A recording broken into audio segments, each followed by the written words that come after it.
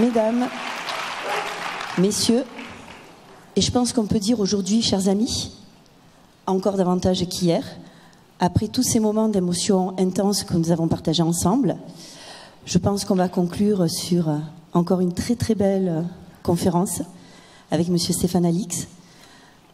Je vais lui laisser la parole. Je vous remercie encore pour votre présence, pour tous les échanges de qualité que nous avons pu avoir. Et je vous dis à plus tard. Ça, je vous laisse. Merci beaucoup. Merci à vous tous d'être ici. Je suis un peu ému, je ne sais pas pourquoi. Je suis touché déjà parce que je suis extrêmement reconnaissant aux organisateurs de cet événement d'avoir, contre vents et marées, avec beaucoup d'énergie, réussi à faire en sorte que cet événement existe aujourd'hui. J'ai la chance de collaborer avec la Maïf depuis quelques années et je vois l'énergie qu'ils peuvent mettre à vouloir explorer des thématiques qui sont parfois un petit peu émotionnellement compliquées à gérer. Et la mort en est une ô combien. Donc merci à tous les organisateurs de cet événement d'avoir déployé cette énergie, d'avoir permis cette chose possible. Ouais, merci.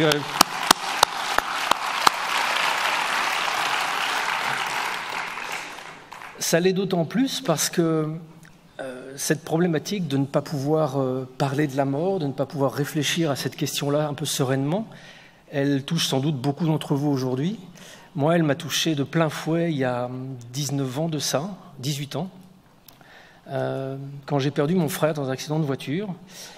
J'étais journaliste, je le suis toujours, mais à cette époque-là, j'étais dans un complètement autre univers. J'étais journaliste d'investigation, je m'étais spécialisé dans le reportage de guerre.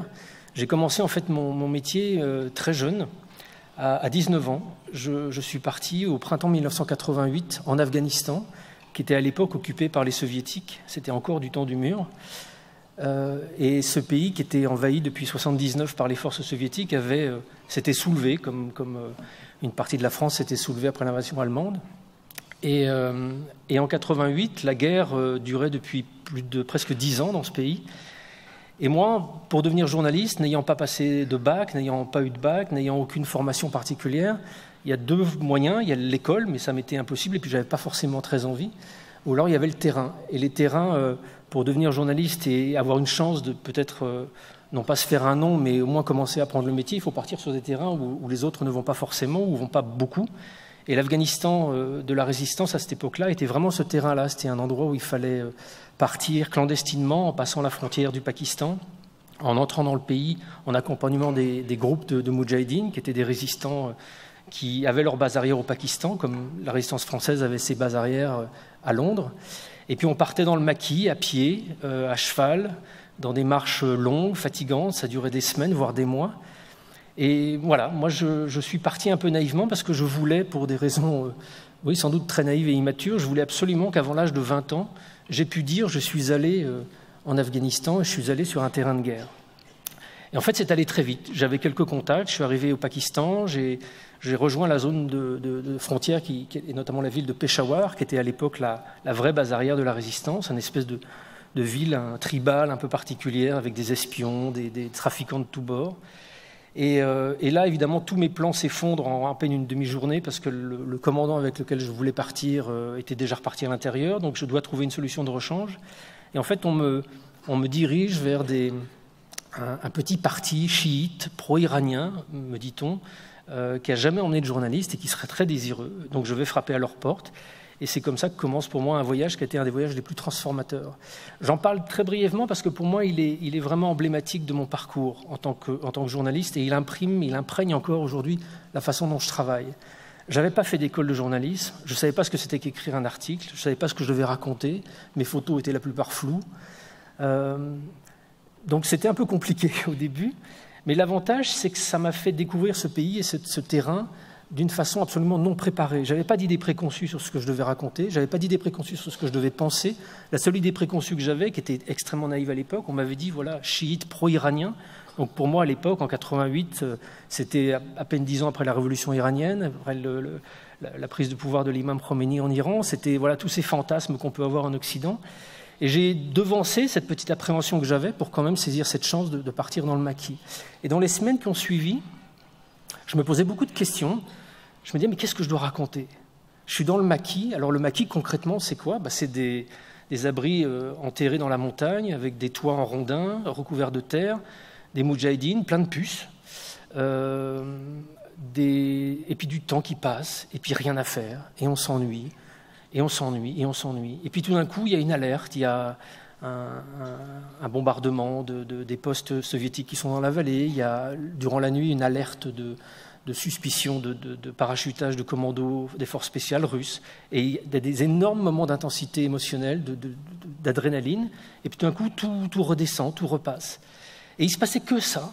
Je n'avais pas accès à de l'information telle que celle que vous pourriez voir dans un article qui vous fait un peu l'inventaire de ce qui se passe de façon globale. Moi, j'étais coincé dans mes abris.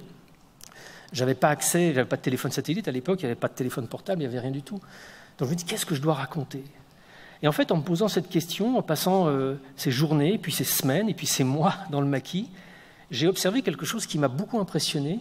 J'ai observé le voyage psychique que j'ai fait du monde dans lequel j'ai vécu toute ma vie. À l'époque, j'avais 19 ans, mais c'était quand même une longue vie pour moi.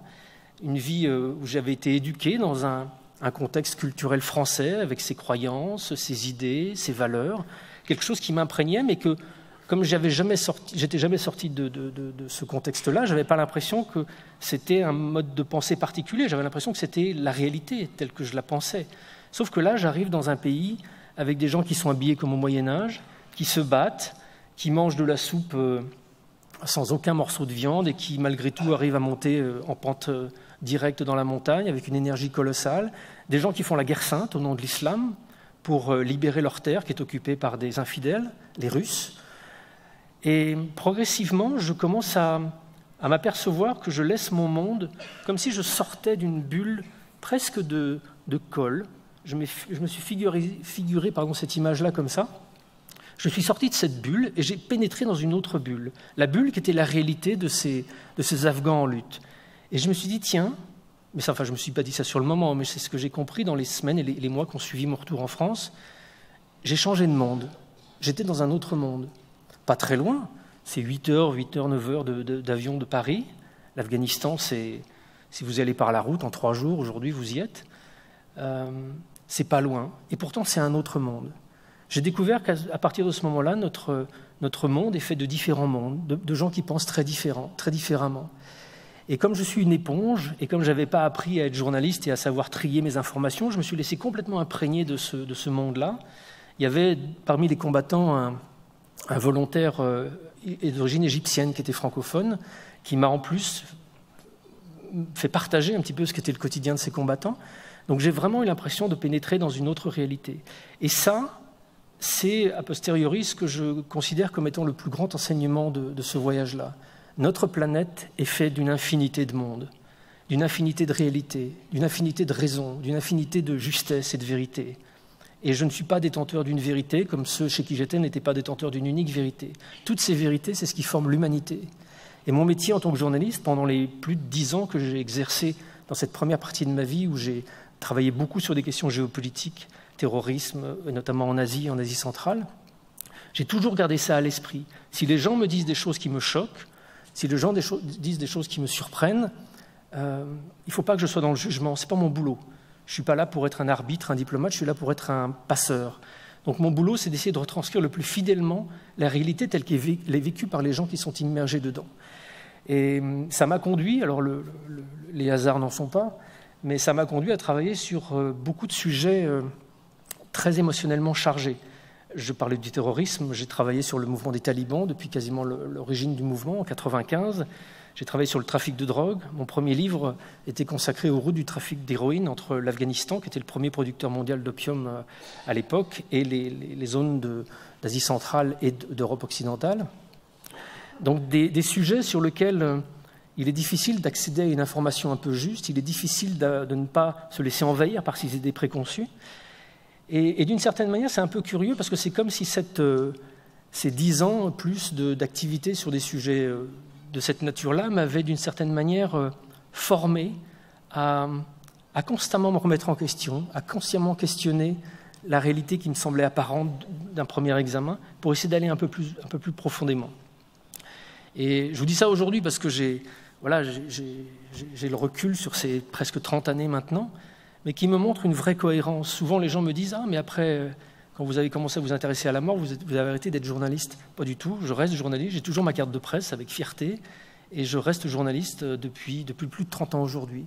Et ce n'est pas parce qu'aujourd'hui je travaille sur des sujets a priori bizarres que tout d'un coup j'aurais abandonné ma rigueur, mon questionnement, mon exigence. J'en viens à ce qui nous rassemble ce soir. À l'été 2000 et jusqu'au printemps 2001, je suis en Afghanistan encore, que vous l'avez compris, une terre dont j'étais amoureux. Je le suis toujours, c'est une magnifique terre, un magnifique pays avec des hommes exemplaires. Et dans le cadre d'une mission que je dirige, pour laquelle j'ai réuni une certaine équipe composée d'Afghans et de Français, j'ai, dans les idées farfelues qui m'ont traversé, au moment où l'Afghanistan était plongé dans le marasme le plus total des talibans, l'obscurantisme, l'impossibilité pour les journalistes de travailler dans ce pays, ou alors avec de grandes difficultés, il m'est venu l'idée de me dire, tiens, mais ce pays, c'est aussi une histoire formidable, c'est aussi des millénaires d'héritage qui nous impactent encore aujourd'hui. J'ai envie d'essayer de travailler sur cet héritage. Le visage du Bouddha, par exemple, est né en Afghanistan. Les enseignements bouddhistes viennent du sud du Népal et sont répandus à travers le sous-continent indien dans les premiers siècles, mais on ne représentait pas le Bouddha à cette époque-là. Et les enseignements sont arrivés à peu près au IIe siècle avant Jésus-Christ dans cette zone pakistano-afghane frontalière début de l'Indo-Kouche, un siècle à peine après le passage d'Alexandre le Grand, qui était arrivé, lui, avec sa culture, sa statuaire notamment. Et les premières représentations du Bouddha se sont faites avec un visage grec qui venait de Méditerranée.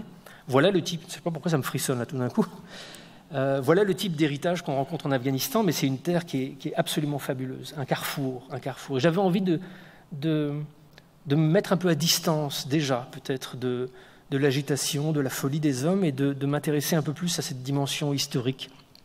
Donc j'ai monté une mission qui a été soutenue par l'UNESCO, par le musée Guimet et par un certain nombre de partenaires en France pour ouvrir un bureau à Kaboul, essayer de travailler sur l'inventaire de l'état de préservation du patrimoine archéologique afghan. Les Bouddhas de Bamiyan, dont vous avez sûrement entendu parler, qui étaient ces deux statues géantes dans cette grande vallée au centre de l'Afghanistan, et plein d'autres sites bouddhistes et même pré-bouddhiques qui témoignent d'une histoire fabuleuse. Et voilà, parfois le destin joue avec vous d'une façon absolument incompréhensible. Quelques jours, j'ai travaillé pendant 8 mois sur ce projet, quelques jours seulement après l'installation définitive de la mission à Kaboul, l'ouverture de la maison, la mise en route de ce programme, on entend, alors que je suis en train de dîner avec mes frères, avec l'ambassadeur de France à Kaboul, on entend sur Radio Sharia, qui était la radio des talibans, le décret de Mollah Omar qui ordonne la destruction des statues pré-islamiques d'Afghanistan, et notamment les 2 Bouddhas de Bamiyan. Je ne savais pas à l'époque, mais cette décision était déjà à l'examen chez la direction taliban depuis bien avant que je pense même à ce projet. Mais je l'ignorais, et la plupart des gens l'ignoraient. C'était un débat qui agitait une frange dite modérée du mouvement qui voulait envoyer des signes encourageants à l'Occident et ne pas faire ce genre de choses, et puis une frange plus dure du mouvement qui, elle, voulait appliquer ses règles avec la plus grande rigueur, et notamment la destruction de tous les visages et toutes les choses. Le Dieu ne doit pas être représenté. Et moi, je me trouve à Kaboul, 3 jours après mon arrivée avec mes frères, et on entend cette nouvelle, et on est estomaqué par l'idiotie de cette décision, par la stupeur, par la folie. Voilà des gens qui ont plongé leur pays dans une certaine paix, mais aussi dans une arriération, je ne sais pas si le mot est français, mais un passé, tout le monde est barbu, tout le monde est habillé comme au XVe siècle. Je ne vais pas refaire l'histoire de l'Afghanistan des talibans, mais c'est absolument terrible. Et voilà qu'en plus, c'est ce que m'ont dit plusieurs fois des Kaboulis, non seulement ils détruisent notre avenir, mais en plus ils détruisent notre passé. Et pendant ces semaines qui suivent l'annonce de Mollah Omar, on ne sait pas ce qui se passe, on ne sait pas si c'est juste une menace pour changer un petit peu l'attitude de l'Occident, ou si c'est quelque chose qu'ils veulent vraiment mener à terme. Et dans cette incertitude, moi j'essaye d'envoyer plusieurs de mes gars à Bamiyan pour voir ce qui se passe. Tous sont refoulés, si bien qu'un jour de début mars 2001, je décide d'y aller quand même, moi-même, avec Vadim, qui était mon logisticien, et puis deux personnes de mon équipe. On fait la route, on traverse l'école, c'est 12 heures de route pour arriver jusqu'à l'entrée de la vallée. Et en arrivant à l'entrée de la vallée, on tombe sur des combattants talibans qui sont là, plus du tout des rigolos, parce que les talibans, quand vous n'êtes pas sur les lignes de front, c'est des gens qui sont plutôt des civils, donc vous pouvez déconner un petit peu, ça se passe toujours très bien, et hop, on passe, même s'ils nous interdisent de passer. Or, là, on arrive chez des combattants, on arrive chez des gens qui ne sont pas du tout rigolos, qui nous intiment l'ordre de foutre le camp immédiatement. Donc moi, je veux rester un petit peu, on entend des explosions. À l'époque, je me dis que c'est des combats, parce que les talibans se battaient dans ce centre de l'Afghanistan contre un groupe chiite qui continue à leur tenir tête. Mais en fait, ce qui s'est passé, c'est que ce jour-là, c'était les Bouddhas qui étaient en train d'être détruits. On l'a appris une semaine plus tard. Je suis trop long là, je vais raccourcir. Vous n'êtes pas là pour parler des Bouddhas. Enfin bref, voilà, dans ces semaines d'incertitude, moi j'étais estomaqué et désireux de rester dans ce pays, désireux d'essayer de comprendre encore ce qui se passait. Et 2 jours avant le jour dont je vais parler dans quelques minutes, j'ai réuni toute l'équipe et j'ai dit à tout le monde, bon voilà, la mission va évidemment s'arrêter, je ne sais pas ce qu'on va faire, je n'ai pas un centime pour payer qui que ce soit, ceux qui veulent rester sont bienvenus parce qu'on va rester, mais ceux qui veulent partir. Et ce jour-là, il y a un petit ange gardien qui a soufflé à l'oreille de mon frère Simon, rentre. Et Simon est parti le lendemain, il est reparti à Dubaï et de là en France. Et le surlendemain, le 12 avril 2001, avec l'équipe, on est parti pour aller voir un site qui était à 200 km au sud de Kaboul, qui était un plus petit site bouddhiste dont je voulais voir un petit peu l'état d'inventaire. Sylvain Tesson, l'écrivain, nous avait rejoint la veille. Sylvain est un ami, il était l'écrivain de la mission. Ma femme, Natacha Calestrémé, qui est réalisatrice, était là aussi. Et on se lève très tôt à l'aube. L'équipe se prépare, on fait une photo dans la cour avec Vadim, Thomas, mon frère donc, et une partie de l'équipe afghane, et puis nous voilà partis sur la route. Et puis on sort des faubourgs de Kaboul, on passe une première ceinture de montagne, on redescend dans la vallée de Maïdan, et là on passe un contrôle taliban qui paraît nous dire « bro, allez-y, allez-y ». Et puis au bout de quelques minutes, mon chauffeur s'arrête sur le bas-côté, je lui dis « mais pourquoi tu t'arrêtes ?» Et puis il me dit, ils sont plus nous, ils sont plus là, ils sont plus derrière nous. Et on était à 2 voitures, donc je me retourne, il n'y a effectivement plus l'autre voiture. Donc on les attend un petit peu. Sylvain, qui était donc arrivé la veille, est dans ma voiture parce que je voulais qu'il soit avec moi pour que je lui explique un petit peu ce qu'on faisait. Et puis au bout de 3-4 minutes, je lui dis, on va quand même retourner voir ce qui se passe, ils sont peut-être bloqués derrière. Donc on fait demi-tour, on roule quelques centaines de mètres, et puis on passe une petite butée. Et puis tout d'un coup, je vois effectivement un accident au loin, un attroupement, il y a 2-3 véhicules arrêtés. Il y a beaucoup de monde debout, donc je me dis, effectivement, il y a dû y avoir un petit accrochage, ils sont bloqués derrière. Et puis on s'approche. Et puis là, Farhad, mon chauffeur, ralentit. Lui a sans doute compris plus rapidement que moi. Et plus on s'approche, plus les éléments commencent à se poser. Je vois effectivement la voiture accidentée, c'est un pick-up Toyota blanc qui est dans le fossé à droite. Oui, mais c'est notre pick-up, ça. Et puis on s'approche. Il ralentit de plus en plus, ce con, donc pardonnez-moi, mais je sors de la voiture. Et là, les choses je commence à les comprendre. Je vois mon frère qui a une polaire rouge qui était clairement identifiable, qui est assis, enfin pas assis, qui est allongé un peu en position fétale. Donc j'ai l'impression qu'il s'est blessé, qu'il a mal, qu'il attend que je vienne m'occuper de lui. Donc je sors avec une tension absolue. Je sors de la voiture. Sylvain Tesson, lui, est sorti aussi, il m'attrape, parce que lui aussi, il a dû comprendre ce qui s'était passé. Je me dégage. Et là, j'ai un blanc. J'ai un blanc de peut-être 10 secondes, où j'ai absolument complètement oublié ce qui avait pu se passer. Je reprends conscience en fait, du temps, de la vie, de l'espace, assis par terre dans la poussière, et je comprends que en fait, mon frère n'est pas blessé du tout, il est mort. Et là, la machine se remet en place. Je me mets en place, je veux comprendre ce qui se passe. Je vois qu'effectivement Thomas est mort, mais Vadim, qui était le logisticien, où il est, les 2 Afghans, où ils sont. Et on découvre assez rapidement que Vadim est mort juste au-dessus, que les deux Afghans sont pas morts, me dit-on, mais ils viennent d'être évacués. En fait, ce qui s'est passé, qui était assez curieux, c'est que l'accident s'est produit juste devant un convoi de démineurs qui était en train d'emprunter la même route pour descendre sur un site. L'Afghanistan est un des pays les plus minés au monde. Et dans les convois de démineurs, il y a toujours une équipe médicale parce que malheureusement, beaucoup de ces hommes paient un lourd tribut à leur métier. Donc l'équipe médicale qui était dans le convoi des mineurs est immédiatement intervenue sur l'accident. Et mon frère et Vadim étaient morts définitivement, mais les 2 Afghans étaient très grièvement blessés, ils ont été évacués. Malheureusement, ils sont morts quelques heures plus tard. Et moi, à ce moment-là,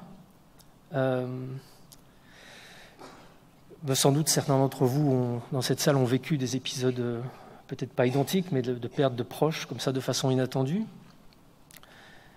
Moi, après ces 10 secondes de blanc, j'ai été dans dont les psychiatres m'ont expliqué par la suite que c'était vraiment un mécanisme normal de défense pour me protéger de la scène qui était trop brutale. Après ça, j'ai été dans une forme d'ultra-réaction. Je suis devenu extrêmement lucide, attentif à tout ce qui se passait. Et ça aussi, le psychiatre m'a expliqué que c'était un autre mode de défense. Je suis devenu un acteur pour pas me laisser, pour pas sans doute me faire submerger par ce qui se passait. Donc j'ai voulu faire attention que les corps soient dans leur intégrité, que les objets qui avaient été éjectés de la voiture soient rassemblés, que toutes les affaires, qu'on ne laisse rien sur ce lieu-là. Et je me dis, il faut ramener tout le monde à la maison. On ramène Vadim et Thomas à la maison. Mais ce qui s'est passé, qui a été très curieux et qui est peut-être la chose qui fait que je suis là aujourd'hui devant vous, c'est que moi j'étais dans cette ultra-vigilance, mais il y avait quelque chose de l'ordre de la confusion qui m'imprégnait. Et cette confusion, elle n'était pas la mienne. Moi j'étais, je vous dis, dans une ultra-réalité, très attentif à tout, mais il y avait comme un flottement, comme une stupeur qui était là, et qui n'était pas à moi. Je ne sais pas comment décrire ça différemment, mais ce n'était pas à moi. Et ça m'a poussé, mais instinctivement, à m'agenouiller auprès de mon frère, à lui prendre la main et à regarder au-dessus, dans le vide qu'il y avait au-dessus de son corps, et à lui expliquer ce qui venait de se passer.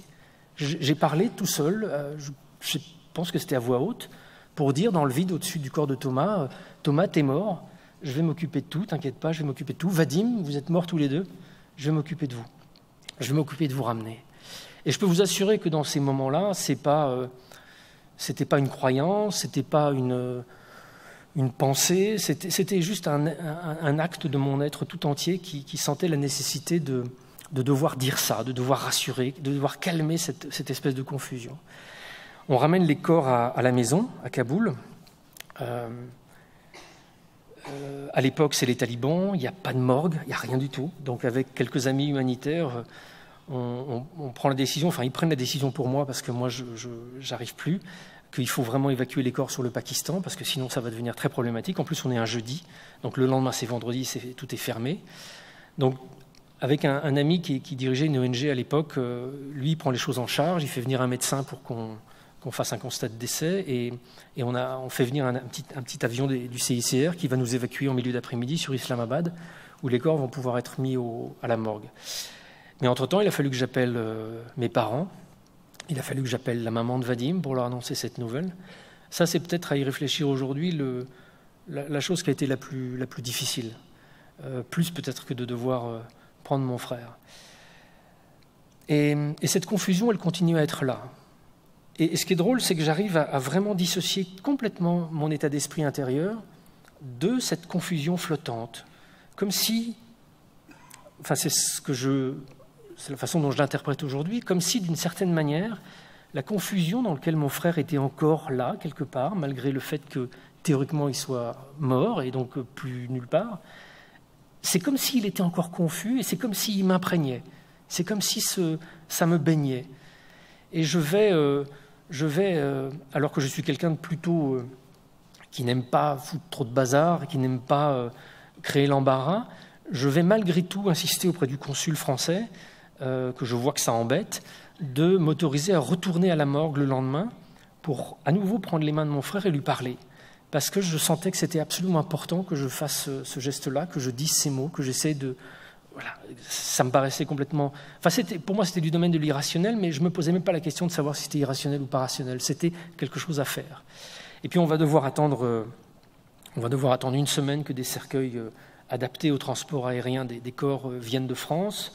On ramène les corps en France, on les enterre, et puis les jours passent, et puis les semaines passent, et puis les mois passent, et puis je vis avec ça, je vis une nouvelle vie, avec tout d'un coup un frère mort, avec des parents qui ont perdu un fils, et je ne sais pas quoi faire, je ne sais pas où aller, je suis perdu, rien autour de moi ne m'offre un espace de discussion, de dialogue, si ce n'est ma compagne, mais au-delà de ça, au-delà On peut pas parler, on peut pas discuter, on peut pas dire, on ne sait pas quoi dire. On est dans un non-existant, dans un non-être.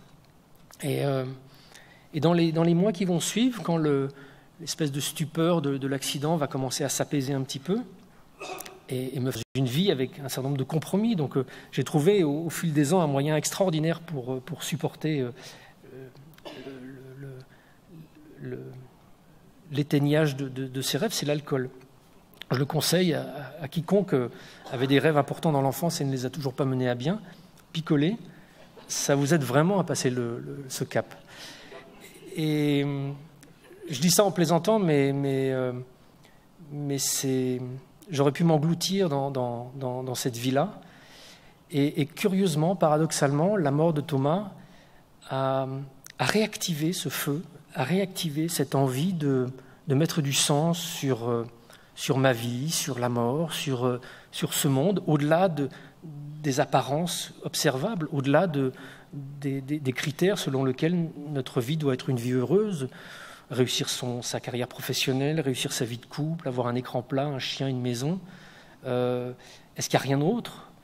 Et j'avais fait pas mal de compromis pour laisser cette question un peu de côté. Sauf que là, tout d'un coup, à 33 ans, la mort de Thomas réveille tout ça, et je m'aperçois assez rapidement qu'il va être absolument impossible de revenir en arrière. Et très curieusement, alors que j'étais déjà devenu assez alcoolique, j'arrête avec une facilité déconcertante. Et je n'ai pas bu une goutte d'alcool depuis quasiment 18 ans, parce que tout d'un coup, mon désir d'être lucide, d'être disponible et de comprendre tous les éléments qui pouvaient m'être donnés était devenu la priorité. J'avais plus envie de comprendre le monde que de m'anesthésier, de me mettre à distance ou de me protéger. Sauf que, voilà, comme je vous l'ai dit que je n'ai pas passé le bac, j'ai eu un prof de philo dans le mois de terminale que j'ai fait, qui a été tellement bon que c'est grâce à lui que j'ai eu envie de quitter la scolarité. J'ai eu des parents qui ont été suffisamment inconscients, confiants pour accepter que je quitte ma scolarité 8 mois avant de passer le bac en disant « bon, on te fait confiance ». Cette confiance a été pour moi un socle de construction colossal. Et quand, à 21 ans, j'ai publié mon premier article dans Le Monde, alors c'était un petit entrefilet sur la révolution au Népal, un feuillet et demi, mon père a pris cet article, il m'a dit « bon, ça c'est ton bac ». J'ai perdu le fil. Vous aussi, d'ailleurs. Enfin, voilà, le prof de philo.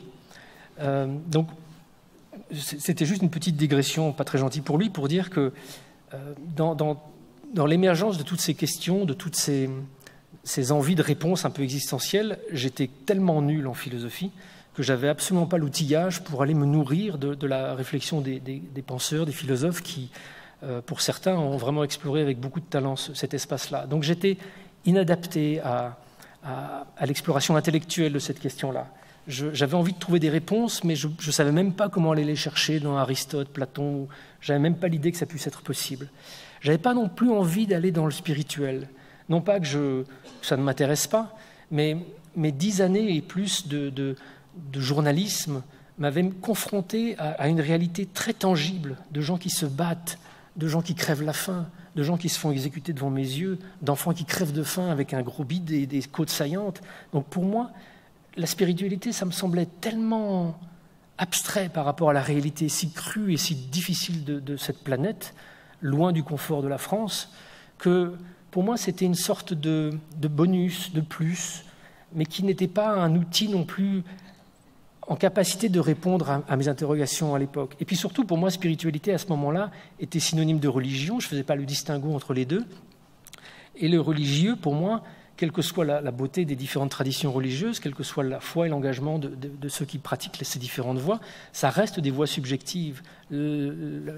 L'entrée dans une religion, c'est une rencontre, c'est la foi, c'est quelque chose de complètement qui n'est pas du domaine de la raison, qui est du domaine de la transcendance, d'autres choses. Donc là aussi, si quelqu'un peut s'épanouir dans la voie de l'islam, quelqu'un peut s'épanouir dans la voie chrétienne, bouddhiste ou autre. C'est un chemin intérieur. Pour moi, ça n'avait pas une forme d'objectivité rationnelle, cartésienne, qui était en fait mon unique façon de voir le monde et la réalité. moi je questionne, je pose des questions, je croise les réponses, et quand 4 personnes m'ont donné à peu près la même réponse, j'en fais l'élaboration d'une théorie qui est un peu plus solide. Sauf que là, si j'interroge 4 croyants, ils vont tous me donner une histoire différente. Donc voilà, vous voyez où j'en étais. Et donc, voilà, face à la mort, 1 an, 2 ans après la mort de Thomas, il n'y a rien, quoi. Il n'y a rien. En plus, comme je suis un mec, je pense que je suis costaud et que je gère, donc je ne vais même pas demander de l'aide à un psychothérapeute. C'est pas pour moi. Je suis pas malade, je gère.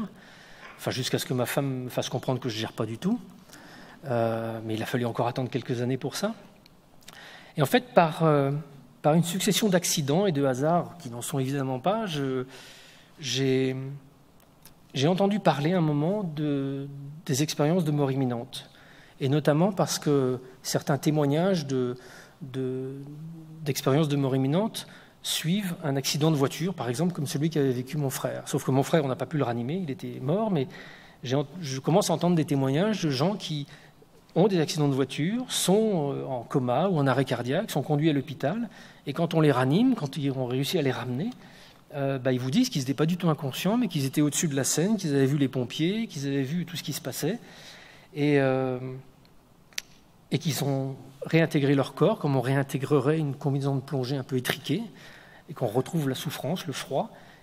Et je me dis, tiens, ça doit être une hallucination, ce truc-là, vu que le cerveau, il ne marche pas, a priori, si le cerveau ne marche pas, ça ne peut pas générer une forme d'expérience de cette nature-là, donc c'est un rêve, une hallucination, et je suis intrigué par un livre ou deux que je lis, parce que malgré tout, je me dis, voilà, vieille leçon de mon voyage de 19 ans en Afghanistan, arrête de t'imaginer que tu as les réponses à tout de suite, quoi. Va lire un peu, va te documenter, va faire un peu d'enquête. Et en commençant un peu à enquêter sur ce sujet, je découvre que les réponses toutes simples, de dire non, les expériences de mort imminente, c'est forcément quelque chose dans le cerveau, chose que vous allez entendre autour de vous, de par des médecins, de par des chercheurs, des gens à la télévision qui vont dire oui, voilà, ou Science et Avenir ce mois-ci qui fait un dossier sur la mort qui vous explique que voilà, on a enfin trouvé l'explication. L'expérience de mort imminente, c'est dû à un facteur de stress qui déclenche une énorme vague électrique dans le cerveau dans les minutes qui suivent l'arrêt cardiaque. En fait, quand on commence à enquêter sérieusement, comme je le faisais auparavant sur les routes du trafic d'héroïne, sur les mouvements secrets au sein des talibans ou je ne sais quoi, je découvre que là non plus, les idées toutes simples, toutes faites, auxquelles je pensais adhérer, elles ne tiennent pas vraiment la route. Et en fait, plus j'avance, plus je m'aperçois que l'espèce de certitude un peu qui a l'apparence de la science, de nous dire oui, tout est forcément dans le cerveau, toutes ces expériences sont forcément subjectives et sont du domaine de l'hallucination, c'est basé sur rien. C'est basé sur une croyance, une hypothèse. Hypothèse, c'est le mot scientifique pour dire croyance. Une hypothèse. L'hypothèse qui n'est pas basée sur une démonstration scientifique, qui est basée sur un postulat qui a pris source en Occident, il y a 3-4 siècles, de constater que la nature, le monde, l'environnement étaient faits de matière. Donc dans l'espèce d'opposition qu'il y a eu à un moment entre une avancée scientifique et l'imprégnation du religieux et du spirituel dans notre société, il y a eu une petite bagarre et la science, d'une certaine manière, a gagné en disant, je résume à l'extrême là, mais en gros c'est un peu ça, la science, il y a 3 siècles, a gagné en disant, voilà, tout est matière, tout est matériel, donc le domaine du religieux est un espace de croyance, mais qui n'a rien de prouvé, qui n'a rien de scientifique. Ce qui est prouvé, c'est que la matière est l'unique réalité qui nous entoure, et que sous-entendu, le monde de l'esprit appartient au domaine de la religion et de la croyance. Et ça, c'est développé, c'est construit, c'est étoffé, c'est étayé, c'est nourri soi-même comme une espèce d'hydre colossal de ses propres observations. Donner un autre exemple, quand on dort, on a une activité cérébrale qui est différente de celle de notre état en état de veille. Donc, sous-entendu, quand on est inconscient, on a tel type d'activité cérébrale. Ça veut dire que le type d'activité cérébrale crée notre conscience. Ou alors un autre registre, quand on donne, je ne sais pas, telle substance au cerveau, ou quand le cerveau est empêché de fonctionner de façon normale, ça altère notre fonctionnement, ça altère le fonctionnement de la conscience. Du coup, causalité directe, l'action sur le cerveau crée l'état de conscience. Non. Pourquoi? C'est comme si vous disiez la vibration de telle corde crée la symphonie de Beethoven. C'est comme si vous analysiez la musique classique ou telle symphonie ou telle sonate en observant l'activité des différentes cordes d'un grand piano. Ça vous paraît évident? Ou plus encore même, c'est comme si vous essayez d'explorer les différentes activités chimiques, enfin plutôt électriques, dans un transistor et dans un poste de télévision, par exemple, en disant, ben voilà, dès que le petit machin s'allume, tout d'un coup, il y a ça qui apparaît à l'image. Ça veut dire que l'image, elle est créée par ce petit machin qui s'allume dans la télévision, dans le poste. Bon, ça vous paraît évident de dire, bah non, les émissions de télé, elles ne sont pas créées dans le poste, elles sont dans l'air, c'est des ondes, et elles sont détectées par des appareils qui vous permettent de recevoir une image et un son et un truc cohérent. Et donc, en fait, en continuant à travailler, je commence à entendre parler non pas des farfelus qui reviennent d'Inde après 6 mois de stage, mais des médecins qui étudient les expériences de mort imminente depuis 20 ans, qui ont publié des articles scientifiques. Je commence à entendre des gens qui me disent, en fait, le cerveau, c'est peut-être plutôt comme un poste de télévision, c'est peut-être plutôt comme une radio, qui non pas fabrique la conscience ou le sentiment d'être nous, mais qui la capte, qui lui permet d'être active dans notre monde et dans notre réalité en 4 dimensions, 3 d'espace et 1 de temps. Sous-entendu, quand le cerveau cesse de fonctionner, ça ne fait pas cesser de fonctionner cette émission, appelons-la cette conscience qui est en dehors.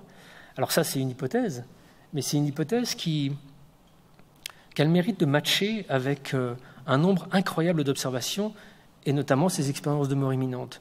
J'en dis juste encore quelques mots, enfin je surveille parce que... Ouais.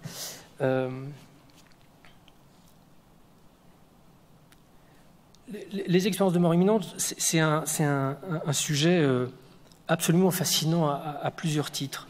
Ça fait un peu plus de 40 ans qu'on reçoit des témoignages de plus en plus nombreux de ce type d'expérience. Pourquoi? Parce qu'il y a une 40aine d'années, on commençait à être développées et pratiquées des techniques de réanimation qui permettaient de ramener des gens qui étaient en arrêt cardiaque, qui auparavant mouraient tout simplement. Donc ces techniques ont permis de ramener aujourd'hui sans doute des millions de personnes, et 20% d'entre elles, suivant les différentes études qui ont été faites, 20% des gens qui ont un arrêt cardiaque reviennent en disant j'étais pas du tout inconscient, j'étais au-dessus de mon corps, ou j'étais dans la lumière, ou j'étais avec mon grand-père qui est mort il y a 8 ans, qui m'a dit que c'était pas le moment, qu'il fallait que je revienne. Et ces expériences comportent notamment un élément qui, pour moi, a focalisé toute mon attention pendant ces premiers temps d'enquête, qui est la partie autoscopique, c'est-à-dire la partie hors du corps, où les gens disent être au-dessus de la scène où il y a leur corps, par exemple, voire même dans d'autres endroits éloignés de là où leur corps a été accidenté, sur une table d'opération où ils disent se promener, etc. Et les récits qu'ils ont faits sont vérifiés.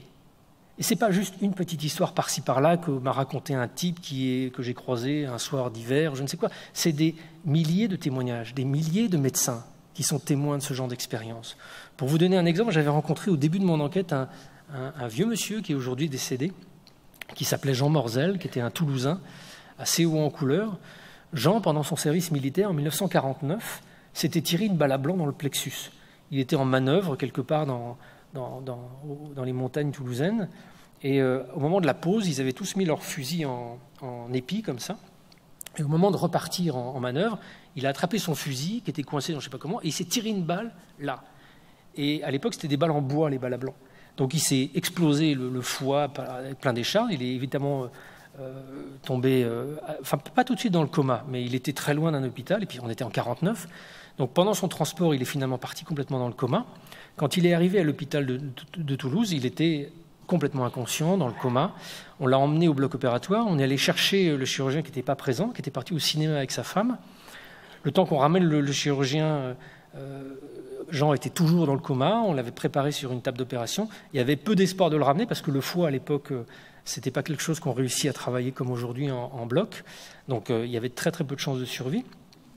Donc le chirurgien ne devait sans doute pas penser devoir passer longtemps dans le bloc. Sa femme l'attendait dans le couloir. Et voilà que l'opération commence. Et voilà que Jean sort de son corps. Il s'envole. Il se retrouve dans un coin de la pièce. Il voit le bloc. Il voit tout. Mais il voit pas comme là je vous vois, où je vois un panneau à peu près 180 degrés. Il voit tout comme s'il était partout, à 360 degrés. Il voit des détails comme s'il était dessus, mais il voit aussi la scène d'ensemble, à tel point qu'à un moment, il voit même sous la table d'opération, donc sous le champ opératoire, sous son corps, sous tout, il voit même une inscription avec marqué « Armes et cycles de Saint-Étienne », qui est visiblement le nom du fabricant de la table d'opération. Il est tout près d'un mur, il traverse le mur, il a l'impression de voir chaque grain des galets de la Garonne. La Garonne, oui. Enfin, du fleuve qui coule à Toulouse, là. Mon père géographe, pardon. Et puis il passe dans une autre pièce, il part à l'extérieur de l'hôpital, il voit un garage à vélo, il voit la disposition de l'ensemble du bâtiment, il est dans le couloir, il voit la femme des chirurgiens. Et puis il a une longue expérience, il est bien, il est très très bien en fait. Et puis à un moment il regarde au-dessus et puis il voit, ça m'avait frappé ça, il me dit « j'ai vu un corps ». Et je le reprends dans l'interview, je lui dis « vous vous êtes vu vous ?» Il fait « non, j'ai vu un corps ». Et là, je comprends plus. Je dis, mais c'était pas vous? Si. Il me dit, si, c'était moi. Mais pour moi, c'était pas moi. Moi, j'étais pleinement moi-même, là où j'étais en haut de cette pièce. Le corps, alors, ça m'appartenait plus, c'était pas important, c'était plus moi du tout. Il y a, en l'espace d'une fraction de seconde, une espèce de distanciation colossale entre ce qu'il considère être lui, d'un corps qui, quand on se regarde dans la glace et quand on se touche, on a l'impression que c'est la seule personne que nous sommes. Et puis, au bout d'un long moment, il se sent finalement aspiré. Et il va réintégrer son corps. C'est lui qui m'a donné la comparaison d'un costume de plongée dans lequel on rentre, c'est mouillé, c'est froid. Et là, il retrouve dans une souffrance. Et quand il sort de l'opération, parce que finalement, il va réussir à être sauvé, quand il se réveille, il est obsédé par ce qu'il a vécu. Il dit, mais qu'est-ce que c'était que ce rêve? Qu'est-ce que c'était que ce truc que j'ai vécu? C'était tellement bien. Donc là, pendant une semaine, il dit rien. Il est dans son lit, il n'a qu'une hâte, c'est de pouvoir être suffisamment costaud pour se lever, aller à la fenêtre et voir si ce qu'il a vu de l'autre côté de la fenêtre, ça correspond à ce rêve. Et quand au bout d'une semaine, il se sent de se lever, il va à la fenêtre et il voit exactement le même garage à vélo que celui qu'il a vu dans cet hôpital, dans lequel il est arrivé dans le coma et dont il n'avait absolument aucun moyen cognitif de ses 5 sens d'avoir perçu quoi que ce soit. Et ça lui donne confiance. Il dit, mais il s'est passé quelque chose de réel, il s'est passé quelque chose de plus important que c'est pas juste un rêve. Donc quand son médecin arrive, le jeune chirurgien qui l'a opéré, il lui parle de ça. Donc le jeune chirurgien, son premier réflexe, c'est de dire, bah oui, c'était 49, donc c'était 20 ans avant que Raymond Moody publie le premier livre qui parle des expériences de mort imminente. Le chirurgien lui dit, bah, vous inquiétez pas, vous avez souffert, vous avez été en état de choc, c'est sans doute lié à ça. Et là, Jean lui dit, mais si, je vous assure, j'avais vraiment l'impression de voir des choses. Je vous ai vu, j'ai vu votre femme dans le couloir. Alors là, le chirurgien dit... Et puis j'ai même vu ce qui était marqué sous la table. Et là, il lui dit, j'ai vu que c'était marqué « Armes et cycles de Saint-Étienne ». Là, le chirurgien sort de la chambre et bon, écoutez, on va régler ça tout de suite. Il va dans le bloc opératoire et le monsieur revient 2 minutes après dans la chambre de Jean, blanc comme un linge, en lui disant, mais comment c'est possible? Et en général, les médecins, quand ça leur arrive, il y en a un certain nombre qui dit bon, c'est bizarre, et je m'en fous. Et puis il y en a quelques-uns, malheureusement, ce n'est pas les plus nombreux, qui se disent là, ça, c'est pas possible. Là, c'est pas possible. Cet homme, il est en coma, j'ai son foie dans la main, il est évidemment complètement inconscient, complètement incapable de se promener, complètement incapable d'aller voir ce qu'il y a sous le champ opératoire caché. Comment est-ce qu'il peut me dire ça alors qu'il n'est même pas sorti de sa chambre, il vient de sortir de réanimation? Et j'ai rencontré un certain nombre de ces médecins qui, au lieu de se débarrasser du truc en disant « je m'en fous, on verra ça plus tard », se sont questionnés.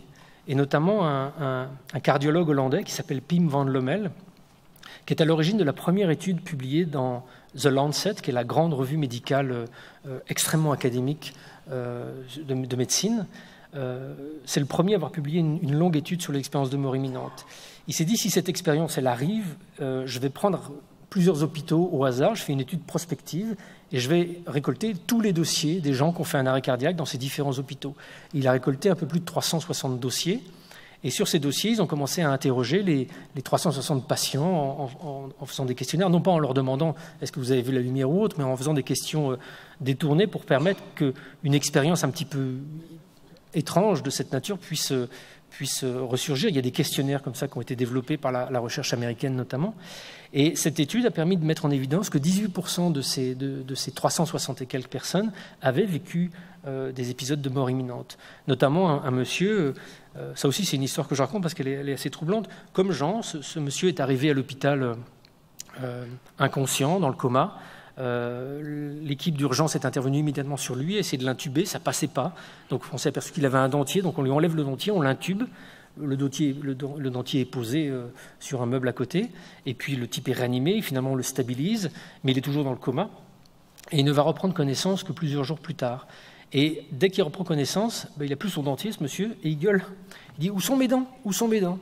Et on cherche ses dents, personne n'a retrouvé ses dents. Dans la frénésie du service des urgences, elles ont disparu. Et puis une semaine après à peu près son réveil, tout d'un coup, il voit une infirmière entrer dans la chambre et dit « Ah, c'est elle qui sait où sont mes dents, c'est elle qui m'a enlevé le dentier. » Et la fille est un petit peu surprise parce qu'effectivement, c'est elle qui a enlevé le dentier pour intuber le monsieur. Elle était partie en congé pendant la semaine. Comment ce monsieur, qui était évidemment en coma, inconscient, les yeux fermés, dans une situation tellement urgente qu'il fallait l'intuber et le réanimer, comment ce monsieur pourrait avoir le souvenir de cet épisode-là? Et des histoires comme ça, je pourrais passer la nuit à vous en raconter, toutes plus impressionnantes les unes que les autres, qui attestent de la vérification et de la justesse des perceptions qui ont été celles des patients qui ont vécu ces expériences-là dans leur partie de sortir du corps. Après, il y a toute une dimension d'ordre spirituel, psychologique, subjectif, qui a un énorme impact sur les gens qui traversent ces expériences-là, en positif comme en négatif. Il faut le dire aussi, les expériences de mort imminente ne sont pas à 100% des expériences angéliques, géniales, avec l'amour et le tunnel. Il y en a une certaine quantité de personnes qui vivent des expériences très, très angoissantes pour eux.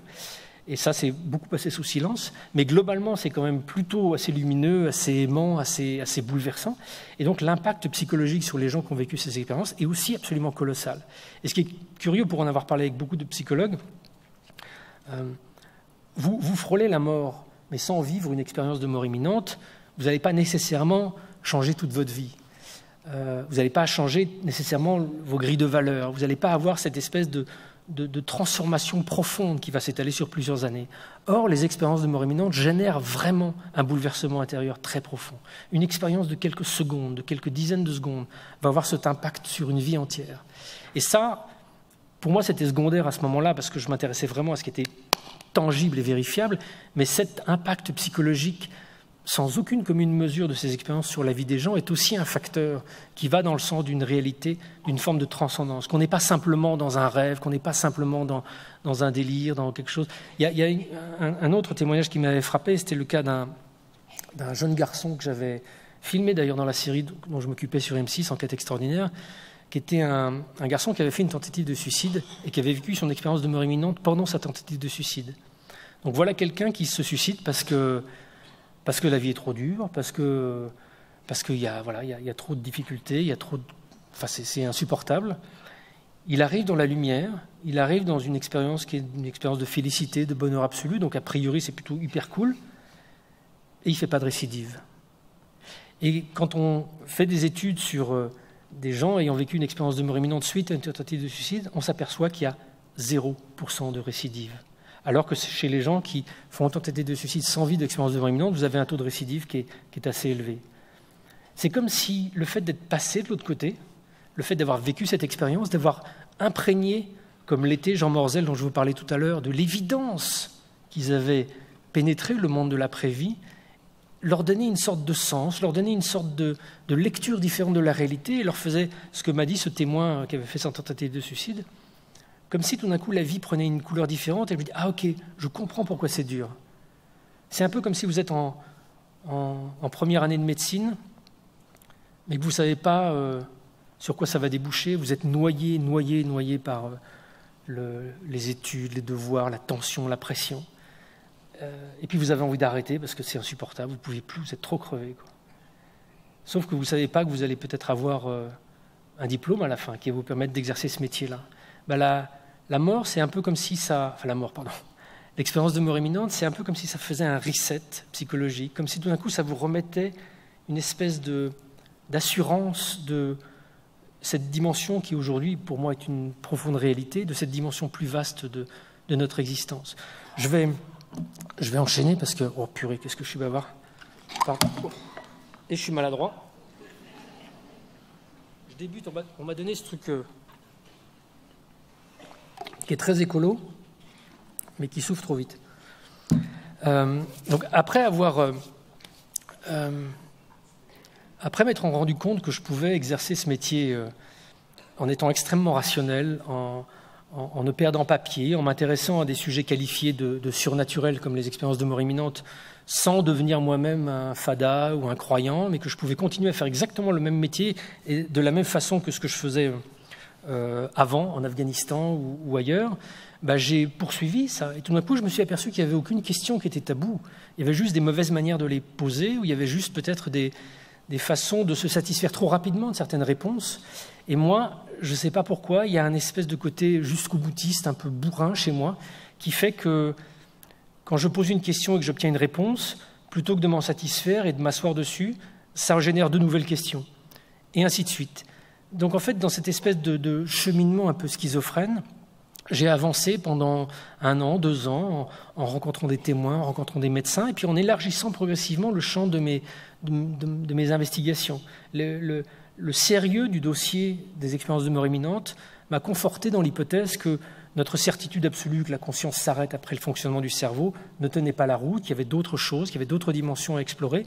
Et ça a correspondu un peu à un moment où un prêtre très bizarre, que certains d'entre vous connaissaient peut-être, qui s'appelait le père Brune, le père François Brune, qui était un prêtre qui passait dans l'église orthodoxe à la fin de sa vie, qui s'intéressait à tous ces phénomènes un peu inexpliqués autour des communications avec l'au-delà. Pendant un interview avec ce prêtre, il me parle des médiums. Et moi, même si j'essaye de ne pas avoir d'a priori, même si je suis très conscient sur notre capacité à toujours vouloir émettre un jugement un peu péremptoire très vite, malgré tout, il y a une partie de moi qui me dit « ouais, médium, ouais, j'y crois pas trop ». Et puis, François Brune me dit « mais vous devriez rencontrer, en l'occurrence, Henri Vigneault, qui est toujours d'ailleurs un médium qui est à Paris. Allez le voir, prenez rendez-vous, et puis vous ferez une idée par vous-même ». Donc je prends rendez-vous avec ce médium qui à l'époque pratique depuis 20 ans, dans un petit appartement du 13e arrondissement. Mon histoire, je n'ai pas publié quoi que ce soit à l'époque, donc personne ne la connaît, et encore moins un médium qui ne lit pas ni les journaux ni rien. J'arrive juste à sa demande avec une photo de Thomas. Et je lui pose la photo sur le bureau et je lui dis « bon, moi je ne vous dis rien parce que c'est vachement important pour moi de pouvoir juger un peu de ce que vous allez faire, donc je me tais ». Et il me dit « oh, vous êtes dur, vous ». Je dis « vous êtes marrant ». Donc il prend la photo, on est dans la pénombre en plus, il n'y a pas trop de lumière, il a besoin d'être dans le noir pour se concentrer, il prend la photo comme ça, et instantanément il la regarde à peine, il la pose sur son front, et puis il ferme les yeux, et puis il est comme ça. Et puis il me dit oh, j'ai un choc, j'entends un bruit de tôle, de voiture, il est mort dans un accident de voiture. Oui. Ah, puis j'ai mal à la tête, il y a un choc à la tête, il a été blessé à la tête. Oui. Donc je réponds que par oui ou par non. Et à partir de là, pendant les 45 minutes qui vont suivre, il va me décrire l'accident, les circonstances, le paysage, le caractère de mon frère, plein d'éléments qui me troublent vraiment beaucoup. Je me dis, mais comment ce type-là peut... Je suis hyper vigilant à ce que je dis quasiment rien. Enfin, je réponds juste par oui ou par non, mais je n'ai pas le sentiment de l'aider, je n'ai pas le sentiment que c'est moi qui mets dans sa bouche des réponses. Donc, mais je me disais, bon, s'il communique avec mon frère va lui dire « Salut, je m'appelle Thomas », ou un truc dans ce genre-là. Et à aucun moment, le médium dit « Votre frère s'appelle Thomas ». Et moi, je bloque là-dessus. Et au bout de 45 minutes, la séance est terminée. Je suis un peu troublé quand même, mais je suis bloqué sur l'idée que s'il parle à un mort, la chose la plus simple, c'est de lui dire comment tu t'appelles, et puis il répond, et puis c'est réglé, quoi. Et pourquoi il ne lui a pas dit qu'il s'appelait Thomas? Donc je sors du rendez-vous, je rentre à la maison, ma femme me demande comment ça s'est passé, je dis écoute, tu veux écouter? Donc là, on réécoute l'enregistrement. Et puis à la fin des 45 minutes, je suis désolé, hein, je vais dire ce qu'elle a dit, elle est basque, et il faut que je respecte sa douceur. Elle me dit mais t'es con, quoi. Elle me dit, tu te rends compte du nombre de détails, du nombre d'éléments qui n'a aucun moyen rationnel de connaître. Il parlait à ton frère. Alors, il y a une partie de moi qui me dit oui, mais en même temps, je pense qu'il y a parmi vous des gens qui sont quand même à des degrés de doute encore différents. C'est pas un médium en 45 minutes qui va me convaincre qu'il y a une vie après la mort comme ça, et puis c'est réglé. Je pense que pour certains d'entre vous, c'est la même chose. Moi, je suis troublé, intrigué, mais est-ce que je n'ai pas laissé transpirer des choses? Est-ce que j'ai été si vigilant que ça? Est-ce que c'est si détaillé? Enfin, ça me donne envie de continuer, ça me donne envie de poursuivre, ça me donne envie de monter un protocole et puis de lire un petit peu la littérature et les recherches qui ont été faites sur la médiumnité. Et je découvre, encore une fois, c'est aux États-Unis, malheureusement, il y a un peu de recherche en France, mais pas beaucoup. Je découvre le travail de recherche de psychiatres comme Gary Schwartz à l'époque, ou une plus jeune aujourd'hui, avec qui je continue à travailler, qui s'appelle Julie Betchel, qui ont fait un travail pour essayer de comprendre la nature de la médiumnité. Et en fait, il faut se méfier de quoi? Bon, la triche, évidemment. Donc, il faut faire en sorte faire en sorte que le médium n'ait aucun accès possible à la biographie du défunt. Bon, ça, c'est assez facile de se protéger contre ça, en prenant des photos ou des défunts complètement anonymes. Mais après, il y a des choses plus insidieuses. Il y a ce qu'on appelle... vous avez vu sans doute les émissions de mentalistes, des gens qui sont capables de vous faire dire des choses sans même que vous compreniez comment. Le fils de ma femme fait de la magie, fait aussi du mentalisme. Je suis absolument stupéfait de voir comment il peut me faire dire des choses que j'ai l'impression de contrôler et de maîtriser en me demandant par exemple de nommer une carte ou de nommer un fruit. Il sait précisément ce que je vais nommer comme fruit ou ce que je vais nommer comme carte. Pourquoi? Parce qu'il a utilisé des outils cognitifs pour me faire aller un peu là où il voulait. Donc, est-ce que les médiums, c'est ça, par exemple? Même inconsciemment. Je pense qu'il y a des charlatans, mais je pense qu'il y a aussi des gens qui peuvent peut-être, de façon bien intentionnée, sans s'en rendre compte, pratiquer ce genre de choses. Est-ce que j'ai une grosse attente, en fait? Évidemment que j'ai une grosse attente. Je vais voir un mec qui prétend communiquer avec mon frère, donc j'ai envie que ça marche. Donc est-ce que cette envie-là me rend un peu aveugle sur des choses négatives qu'il aurait dites, que j'aurais complètement occultées, en me focalisant uniquement sur les choses positives, les choses justes et réelles? Voilà, toutes ces questions qui sont du domaine de l'interprétation, de l'analyse en fait, de la séance en entier. Et en fait, les chercheurs qui ont travaillé sur ces sujets-là ont éliminé toutes ces hypothèses, enfin tous ces biais possibles, notamment en faisant des expériences où le médium n'est pas en contact direct avec ce qu'on appelle le seater, c'est-à-dire la personne qui vient consulter pour un défunt. Imaginons que moi je viens consulter pour mon frère, le médium va être dans une autre pièce, moi je ne suis pas dans la même pièce que lui, et je lui transmets rien. Il n'a pas de photo, il a éventuellement juste un prénom. Ah, on me dit qu'il faut que je me taise. Il a éventuellement juste un prénom, mais pas plus. Et toutes ces réponses sont enregistrées. Julie Betchel, aux États-Unis, fait même des choses encore plus tordues. Elle fait des expériences en double ou en triple aveugle. C'est-à-dire que plusieurs noms de défunts sont tirés au hasard. Elle ignore tout de ces défunts. Elle récupère juste un prénom, qui est même parfois un prénom faux, un prénom codé. Elle téléphone au médium, donc elle ne connaît pas les défunts. Elle téléphone à la médium ou au médium. Elle lui dit, voilà, votre cible, c'est Jacques.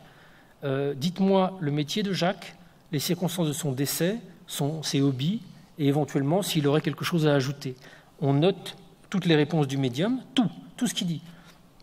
Et on fait plusieurs sessions comme ça, et ensuite on a demandé à la personne qui était en lien avec le Jack, son fils, son père ou je ne sais quoi, de donner les réponses aux questions qui ont été posées au médium.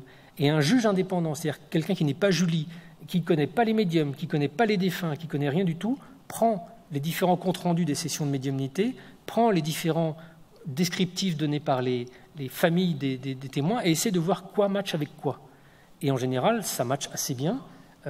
Parce que, là encore je vais aller vite, mais parce que la médiumnité, les médiums obtiennent des informations qu'ils n'ont aucun moyen d'obtenir de façon conventionnelle.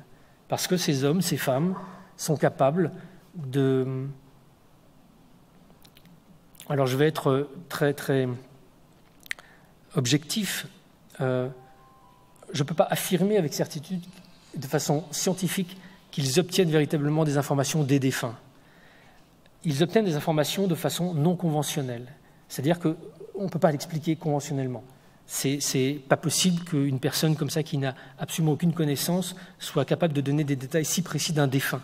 Donc il y a deux hypothèses qui permettent d'expliquer comment ça se passe. L'hypothèse 1, il parle réellement à un défunt, l'hypothèse la plus simple, le défunt lui donne les infos et il les retranscrit, puis voilà. Hypothèse 2, ce qu'on appelle la voyance, les perceptions sensorielles, la télépathie, enfin toutes ces perceptions qui ont des noms différents suivant l'angle avec lequel elles sont étudiées, qui sont aussi une réalité et qui permettent à certains êtres, et même parfois à nous tous, d'obtenir des informations comme ça qui ne sont pas accessibles à nos cinq sens, à distance dans le temps ou dans l'espace. Et ça, c'est aussi une réalité qui a été testée en laboratoire. Donc, malheureusement, la véracité des comptes rendus médiumniques n'est pas une preuve en soi qu'ils communiquent vraiment avec des défunts. Après, ce que j'ai fait, comme je l'explique dans mes livres, ou ce qu'a fait Julie, par exemple, c'est qu'on entre dans une autre type d'enquête et qu'on va interroger les médiums sur leurs ressentis. Parce qu'eux ont l'expérience des différentes capacités perceptives. Ils ont l'expérience des flashs de voyance, des images qui leur apparaissent, et ils ont l'expérience des styles aussi du contact avec les défunts. Et quand on commence à discuter avec eux, on s'aperçoit qu'ils ont une façon d'en parler très très différente. Soit qu'ils parlent avec un défunt, pour eux, soit qu'ils obtiennent une information en voyance. Un défunt, disent-ils, c'est une intelligence, c'est quelqu'un qui est là, c'est une énergie, c'est des voix, une voix qui va couper la parole, qui va interrompre un fil. Alors qu'un flash de voyance, une perception extrasensorielle, ça ressemble à un souvenir. Exactement comme si je vous dis, là, ce matin, souvenez-vous de votre petit déjeuner, vous allez avoir tous une image de là où vous étiez au petit déjeuner ce matin qui va vous apparaître. Ça, c'est un souvenir. C'est une image un peu statique. Il n'y a rien qui va faire irruption dans cette image de souvenir, c'est juste statique, c'est là. Sauf qu'un défunt, ce n'est pas une image, ça peut parfois l'être, mais ce n'est pas une image, c'est vraiment une intelligence. Je vais vous citer un exemple comme ça que j'ai vu en séance de médiumnité publique. Ça aussi, c'est un phénomène assez curieux, où les médiums ne pratiquent pas forcément seulement en consultation privée face à face, mais participent parfois à des conférences. Et à l'issue d'une conférence, ils font une médiumnité publique, c'est-à-dire qu'ils sont là, comme ça, à ma place, et puis ils commencent à détecter des défunts dans la salle et à demander, tiens, là j'ai un monsieur, ça correspond à qui? Il est mort pendu. Puis il y a quelqu'un dans la salle qui lève la main et dit, bah oui, mon fils est mort pendu. Enfin, parfois c'est un peu vague, c'est pas très très probant, parfois c'est juste assez estomacant, comme ce dont j'ai été témoin, notamment encore une fois avec Henri Vigneault. Il est sur scène, il capte quelque chose, il dit tout d'un coup, là, dans cette partie de la salle, il y a un monsieur qui est un défunt qui me montre une baignoire. Je ne sais pas si c'est lié à sa mort. J'ai l'image d'une baignoire et de lui dans la baignoire. Est-ce que ça dit quelque chose à quelqu'un?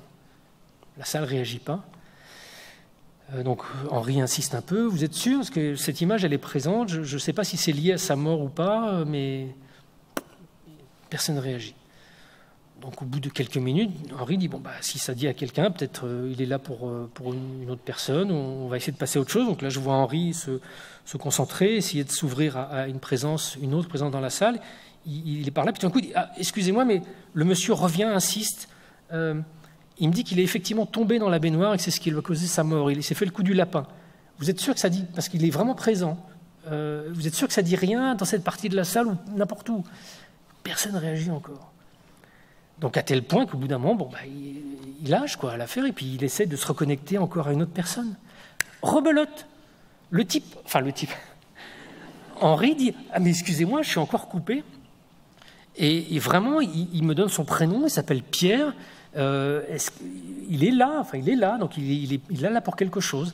Et encore une fois, je vous la fais courte, mais pas de réaction dans la salle. Vous êtes médium, vous êtes devant une salle de 400 personnes. Vous vous plantez avec un mort qui fait réagir personne. Vous lâchez l'affaire, non? Enfin, moi, je serais... Et là, il fait l'inverse. Pourquoi? Parce que il m'a expliqué par la suite qu'il avait, lui, il a vraiment la sensation comme si j'avais d'autres personnes sur scène. Enfin, c'est vrai, il y en a dans la salle qui doivent les voir, ces autres personnes sur scène. Il les voit physiquement, il les entend, ou alors il ne les voit pas forcément, mais ils sentent une présence, comme quand vous êtes à un endroit et qu'il y a quelqu'un qui est juste derrière votre dos, vous le sentez, vous ne le voyez pas, vous n'êtes pas retourné, mais vous sentez qu'il est là. Et la chose la plus curieuse, c'est qu'à la pause, j'étais en train de discuter avec Henri pour justement parler de ça, et un jeune homme est venu le voir Henri, il dit « Excusez-moi, je ne me suis pas manifesté, mais Pierre, c'est mon papa. Il est mort effectivement dans sa douche en tombant, mais c'est la première fois que je viens, je ne voulais pas du tout me manifester, j'étais mal à l'aise, et là je les ai laissés discuter ensemble, mais... ça, encore une fois, je pense que la preuve, ce n'est pas un élément pris isolément qui va tout d'un coup être une grande révélation. C'est qu'une expérience comme ça, j'en ai vu 1 fois, 2 fois, 3 fois, ajoutée aux expériences de mort imminente, ajoutée au VSCD dont Christophe Fauré, le psychiatre, pour certains d'entre vous qui étaient peut-être présents à sa conférence tout à l'heure, a peut-être évoqué le sujet. Ces sensations, après le départ d'un proche, de sentir sa présence, de le voir, d'avoir un signe, qui est une expérience extrêmement répandue. Je voudrais laisser un peu de temps à vous pour qu'on échange. Donc je vais conclure, mais je voudrais juste, en terminant,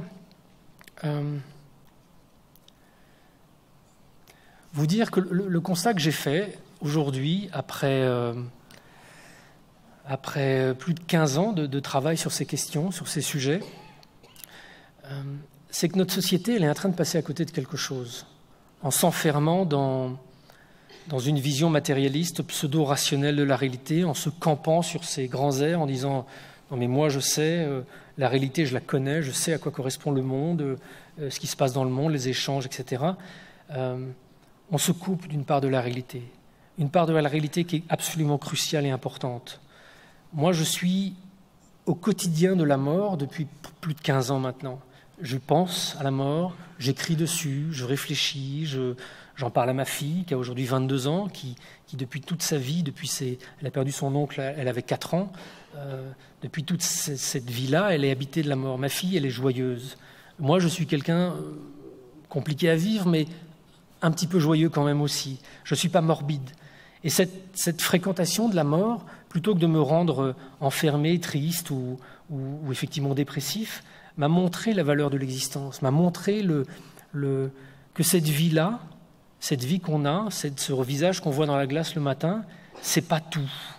C'est pas la totalité de notre existence. On vient d'avant, si tant est qu'avant le temps existe, et on continue après, encore une fois, si tant est que le temps continue à s'écouler après, de la même manière, ce que je ne crois pas.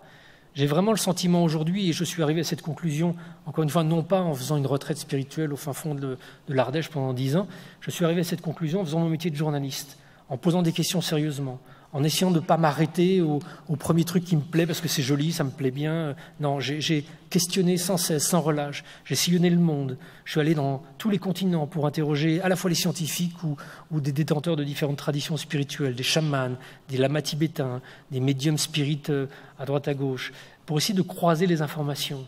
Est-ce que le chaman me dit la même chose que le lama tibétain qui me parle du bardo togol quand on a débarrassé leur récit de toutes les colorations culturelles qui imprègnent chacun de nos récits. Et oui, quand vous allez au cœur de ce que vous dit un chaman au milieu de la forêt amazonienne qui vous fait naviguer dans le monde des esprits, vous apercevez que c'est exactement la même chose que ce que vous raconte le lama tibétain qui étudie le bardo togol depuis 20 ans. Et que c'est exactement la même chose que ce que vous dit un médium quand lui aussi vous réussissez à le débarrasser de ses croyances chrétiennes ou autres. C'est la même chose que les traditions spirites du début du siècle. C'est la même chose que, en fait, l'humanité entière est baignée d'une façon intuitive de cette relation au spirituel, de cette relation à cette dimension immatérielle. Mais voilà, nous, depuis 3 siècles, on dit non, nous, on sait mieux que tout. On est allé sur la Lune, on sait fabriquer des armes qui tuent vachement bien. Donc, la réalité, on connaît, on maîtrise. Tous ces trucs-là, c'est des trucs spirituels, c'est des bêtises, ça n'existe pas. Si vous pensez avoir vu votre fille, madame, 2 jours après sa mort, c'est que vous hallucinez, c'est que vous êtes triste, vous avez mal. Est-ce que c'est rationnel de dire ça? Non, pas une seule seconde, parce que quand on se plonge un peu là-dessus, on s'aperçoit que ce n'est pas du tout rationnel, et que ce n'est pas du tout la souffrance qui crée ces visions, que ce n'est pas du tout le cerveau qui crée des hallucinations, parce qu'il y a une petite giclée électrique. Comment une giclée électrique dans le cerveau peut faire qu'un mec qui est inconscient sur une table vous décrive ce qui se passe à l'extérieur de l'hôpital? Ça, et j'ai l'impression qu'on est dans une forme un peu de flemme aussi, de flemme et de déni. Mais je comprends, ça, j'étais moi-même dans cette activité, et comme je l'ai dit tout à l'heure, l'alcool m'y a aidé. On vit dans une société où on essaie de ne pas trop se confronter aux choses qui sont compliquées, aux choses qui nous obligent à changer nos modèles de la réalité, aux choses qui nous confrontent aux des questions qui font jaillir des émotions un peu difficiles en nous, la mort, la maladie, on verra plus tard. Moi, la mort de mon frère m'a fait comprendre de façon brutale que remettre à plus tard, c'est remettre à trop tard. Forcément remettra trop tard, parce que quand on va avoir envie de se pencher sur la question, on sera à l'hôpital, on sera peut-être plus en possession de tous nos moyens, de toute notre santé. Et je pars un petit peu dans les tours là, je ne sais pas pourquoi, pardon, mais je suis déterminé et c'est dans ce sens où j'ai une profonde gratitude pour l'équipe de la Maïf et la direction de la Maïf qui me permet d'intervenir comme ça devant vous aujourd'hui, parce que ce sujet n'est pas facile, il est compliqué, il est sujet à beaucoup d'interprétations et de choses tendancieuses différentes, et je suis extrêmement reconnaissant envers la Maïf de me permettre de m'adresser dans ce cadre-là à vous et à d'autres personnes pour montrer qu'on peut rester les deux pieds bien sur terre, avec une posture extrêmement rationnelle et cartésienne, très journaliste, et s'exposer et explorer toutes ces dimensions-là. Parce qu'en définitive, c'est utile. C'est utile, ça nous aide, ça ne nous fait pas perdre pied, ça ne nous fait pas partir dans du n'importe quoi, ça nous aide à intégrer des épreuves que certains d'entre vous peut-être intégrées, vivaient, traversées, pardon. Ça ne réjoue rien par magie. Hein. Mon père me manque, il est mort il y a 6 ans. C'est pas parce que je suis intimement convaincu qu'il est en existence quelque part ailleurs, et peut-être sans doute pas loin, aujourd'hui maintenant, qu'il ne me manque pas.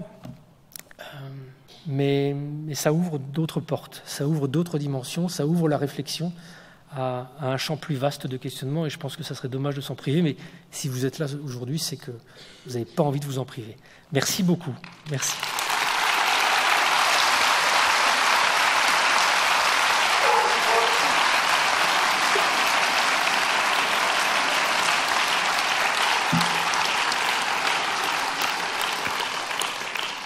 Merci Diesel. Ouf. Oui, pardon, je suis happé par le chien, là. Lui aussi. Il peut venir si je lui manque. Non. Alors, on a un peu de temps pour les questions. Je ne vois pas bien où sont les mains et les micros. Bonjour. Alors. Bon, je vais regarder dans le vide, mais parlez-moi. Bonjour. Ah, voilà, ça y est, je vois votre main. Non, c'est pas votre main. Oui, c'est là. Pardon. Bonjour.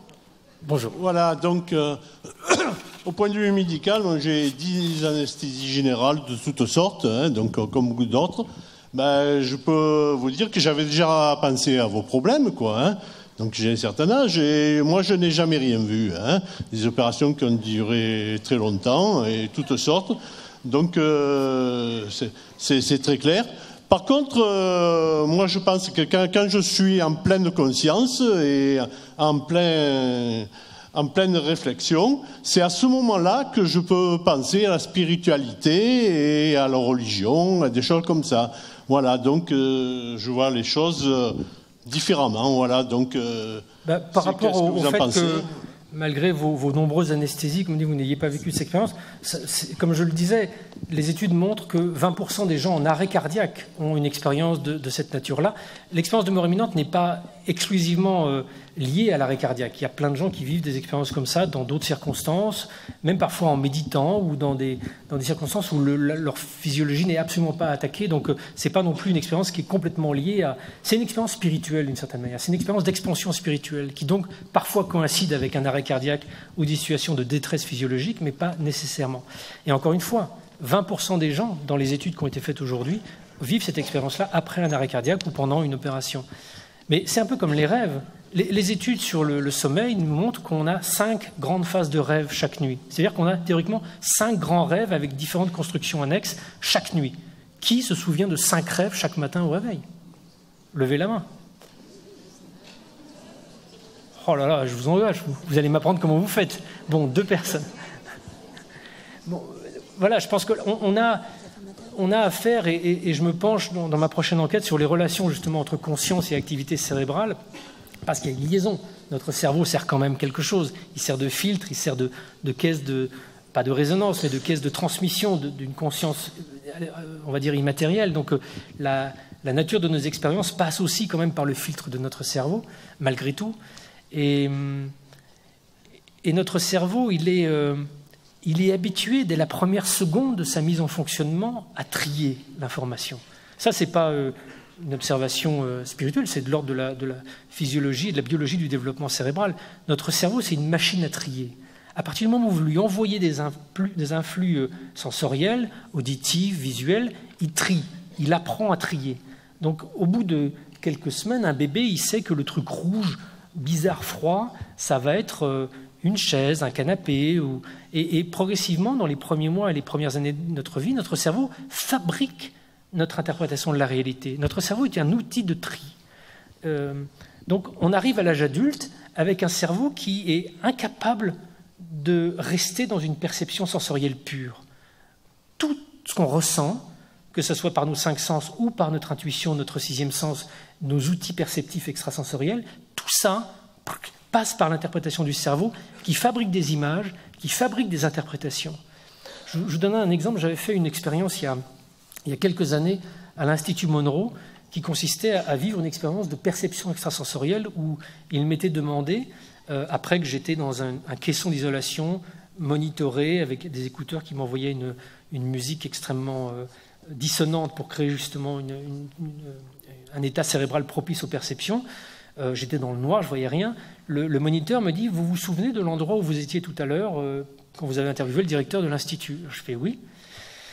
On a posé un objet sur la rambarde auquel vous étiez accoudé. Est-ce que vous pourriez voir de quel objet il s'agit?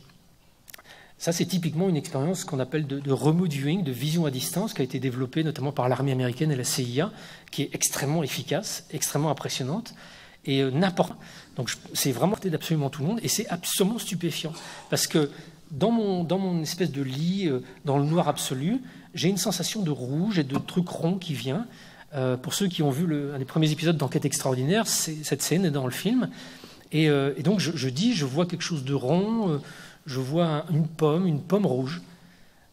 Et là, le moniteur, qui lui a l'habitude de ça, il a l'habitude de la façon dont notre cerveau interprète J'ai capté un truc rouge et rond. Et il a mis un ballon de basket rouge et rond. Donc j'ai capté quelque chose de l'ordre, voilà, une perception extrasensorielle. Mais mon esprit a fabriqué une pomme, parce que pour lui, un truc rouge et rond, instantanément, ça va s'appeler une pomme. Et une fois que la pomme est dans ma tête, je ne peux plus m'en débarrasser. Pour moi, c'est une pomme.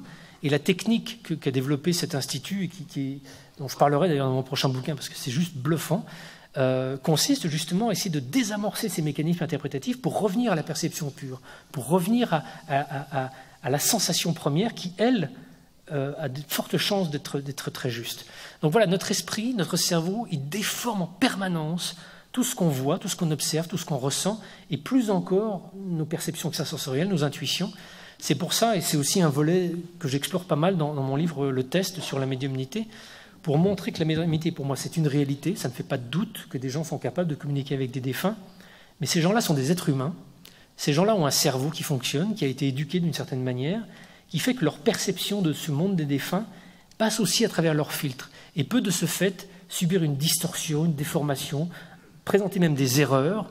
Et donc il faut, à mon sens, prendre toujours avec beaucoup de prudence ce qui peut être dit par des médiums et continuer à garder vraiment une espèce de volonté de discernement et de distance par rapport à ça. Voilà, ça c'est une petite parenthèse que je fais sur le sujet. Je fais des réponses trop longues. Oui, bonsoir. Je travaille en soins palliatifs en oncologie à Timone. On s'est déjà d'ailleurs rencontrés. J'entends pas bien du tout. Je travaille en soins palliatifs à la Timone et en oncologie. Donc j'ai affaire à des gens qui ont vécu beaucoup de choses. Et grand nombre d'entre eux ont vécu soit des EMI, soit des sorties de corps, soit des expériences de cet ordre-là. Personne ne souhaite en parler aux médecins parce que les médecins ne sont pas prêts. En revanche, je connais de nombreux thérapeutes, médiums, magnétiseurs, guérisseurs, puisque je travaille avec eux, notamment en radiothérapie ou dermato. Et contrairement à ce que l'on peut penser, il y a beaucoup de monde qui travaille sous couvert du médical ou du paramédical. Beaucoup de personnes ont recours à tout ça, y compris les thérapeutes, parce que je sais que quand quelqu'un me parle de ça, maintenant ça fait 15 ans que je suis sur les EMI, etc., j'entends tout à fait ce qui est dit, je peux même conseiller des lectures ou des sites comme l'INRES, et ça conforte les gens dans « je ne suis pas fou » et ce ne sont pas les médicaments qu'on me donne qui... Donc il y a quand même un grand nombre de personnes aujourd'hui qui sont très sensibilisées à tout ça. D'abord, on a beaucoup de renseignements sur Internet, et puis de bouquins, et puis d'ouverture sur le monde, etc. Et même si le corps médical pur, les VIP, refuse cette ouverture, peut-être par peur ou par ignorance, il faut quand même voir qu'il y a énormément de thérapeutes qui sont ouverts à tout ça et qui prennent soin de ceux qui l'ont vécu. Donc parce qu'on a tendance à penser que comme les gens n'en parlent pas, ça ne se passe pas. Non, mais moi, j'ai tendance plutôt à voir toujours le verre à moitié plein qu'à moitié vide. Je constate effectivement parfois des blocages qui me semblent un peu absurdes, des gens qui sont manifestement dans une volonté de ne pas entendre, de ne pas vouloir s'intéresser aux questions. Mais je vois aussi beaucoup de gens qui sont curieux, qui sont intrigués, dans le monde médical ou ailleurs. Alors effectivement, quand vous entrez dans un service médical, les infirmières, c'est géant, quoi, parce qu'avec elles, elles sont témoins des trucs, elles vous en parlent, bah oui, ça je connais. Et puis quand vous demandez au médecin son avis, il dit enfin bon, ce que vous dites. Mais j'ai malgré tout rencontré des médecins qui sont curieux, qui sont intrigués. Et puis je pense que notre société évolue d'une façon globale. Et regardez, voilà, aujourd'hui, des institutions et des mutuelles prestigieuses ont créé cet événement aujourd'hui, pas pour parler du bizarre, mais pour parler de la mort. Et inclure dans cette discussion autour de la mort les dimensions dont je parle aujourd'hui avec vous maintenant. Et même Christophe Fauré, ce matin, en tant que psychiatre, travaillant sur le deuil, a quand même intégré, je pense, une petite partie sur ces expériences un peu hors normes qu'il constate, lui, dans son cabinet. Et je pense que, moi, quand j'ai commencé à m'intéresser à ces sujets en tant que journaliste, j'ai compris très rapidement qu'il y avait effectivement, comme vous le dites, des peurs. Mais ces peurs, elles sont légitimes. Ces peurs sont le socle de doute, et ce sont les socles de notre rationalité et de ce qui fait la force de notre pays, de notre société occidentale. Chaque force, chaque qualité a des défauts. Le défaut de notre pays, des pays occidentaux et de la France, c'est d'être peut-être parfois un peu trop bloqué dans cette rigueur et dans ce cartésianisme, et sans s'en rendre compte, de nous rendre incapables d'entendre des choses qui sortent un peu du bocal. Mais ça me donne aussi la force de pouvoir, ça nous donne aussi la force de pouvoir construire une relation commune à ces dimensions nouvelles. Ça nous donne la force peut-être aussi de pouvoir parler avec rationalité de tous ces phénomènes. Il y a des pays, moi je suis allé en Californie, je suis assez stupéfait de la façon dont les Californiens, ils sont flyés, comme diraient les Belges ou les Canadiens, ils prennent tout pour argent comptant, vous dites ah les extraterrestres sont là, ah ouais cool c'est vrai, voilà, c'est intéressant de discuter avec des gens comme ça qui n'ont aucun questionnement, qui vous prennent tout pour argent comptant.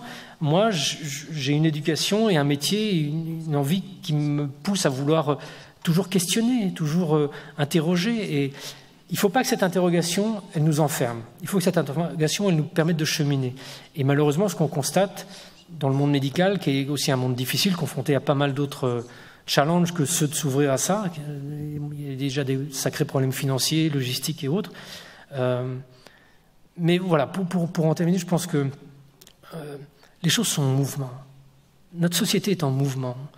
Et à chaque fois qu'il y a quelque chose de bien et quelque chose de pas bien qui se fait, c'est normal, c'est la vie, ça, c'est l'ombre, c'est la lumière, mais ça avance, ça évolue, ça permet à certaines personnes de prendre conscience de certains trucs, ça permet à des gens de changer, ça permet à d'autres de ne pas changer. C'est la vie, c'est le mouvement de la vie. Donc moi, je me pose pas, je ne prends pas une espèce de posture de militant à vouloir absolument convaincre certaines personnes qu'elles ont tort. J'essaie, en tant que journaliste, d'entendre toutes ces peurs légitimes et d'y répondre le plus intelligemment possible. Et dans mon prochain bouquin, je repars encore au charbon en allant chercher une nouvelle découverte scientifique ou papier scientifique qui atteste de l'immatérialité de la conscience, parce que cette science, elle existe. Les gens vous disent « ouais, mais ça, si ça se savait, ça serait prouvé ». Bah oui, c'est prouvé par des centaines de publications scientifiques. Donc, il faut faire l'effort de les rassembler, de les montrer, et puis voilà. Et puis, chemin faisant, on va avancer. J'ai l'impression que là, aujourd'hui, dans notre société, on est quand même déjà vachement avancé, plus qu'il y a simplement 10 ans ou 20 ans. Donc, vous voyez, les émissions avec De Chavannes qui faisaient des trucs sur le surnaturel il y a 20 ans, que je voyais quand j'étais ado, donc il y a 30 ans, avec le petit hamster, le petit cul, etc. Il n'y a plus ça. Espèce de truc ouvertement ridiculisant les expériences qualifiées de paranormales, ça n'existe plus. Il y a des documentaires un peu légers, mais qui sont pas dans le jugement péremptoire. À M6, quand ils ont accepté la première saison d'Enquête extraordinaire, on était un peu stupéfaits. Ils ont pris 5 films d'un coup, une saison complète, 90 minutes chacun. Et j'ai eu une liberté absolue. Il y a juste eu un rendez-vous avec la direction au début où ils m'ont dit « bon, à la fin du film, vous mettrez un vrai scientifique pour dire que tout ça sont des bêtises ». Je les ai regardés, j'aurais dit « mais attendez, si vous voulez qu'on fasse ça, on s'arrête tout de suite, moi ça ne m'intéresse absolument pas. Les vrais scientifiques, il y en aura dans tout le long du film, mais des vrais scientifiques qui ont bossé sur les sujets dont on parlera. » Ah ok, bon super, très bien. Et après, j'ai eu une paix absolument royale. Et je ne suis pas sûr que cette liberté-là, on me l'aurait douée, ou on aurait eu cette confiance-là il y a 20 ans de ça. Donc, soyez confiants, soyez optimistes. Vous êtes là déjà, c'est qu'on avance bien. Merci.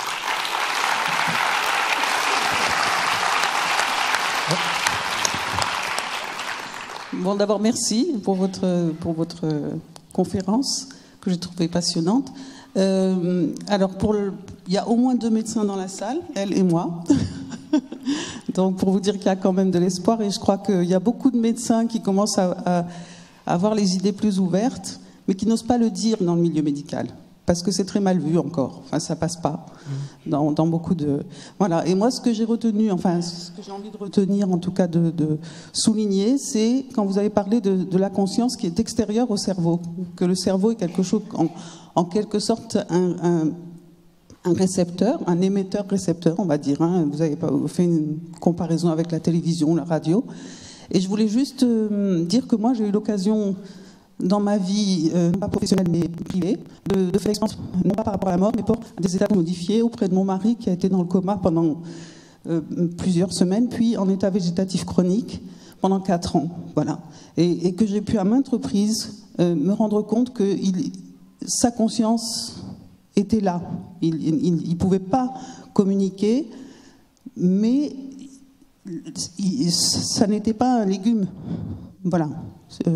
C'est tout. Je veux dire qu'il n'y a pas que les expériences de mort imminente, etc. Il y a aussi tous ces états de conscience modifiés qui nous permettent de constater ce que vous avez dit aussi, voilà, que la conscience, on la capte quelque part, elle ne nous appartient pas en propre. Après, on en fait ce qu'on en fait avec notre cerveau, qui est un instrument. Voilà. Merci beaucoup de votre témoignage.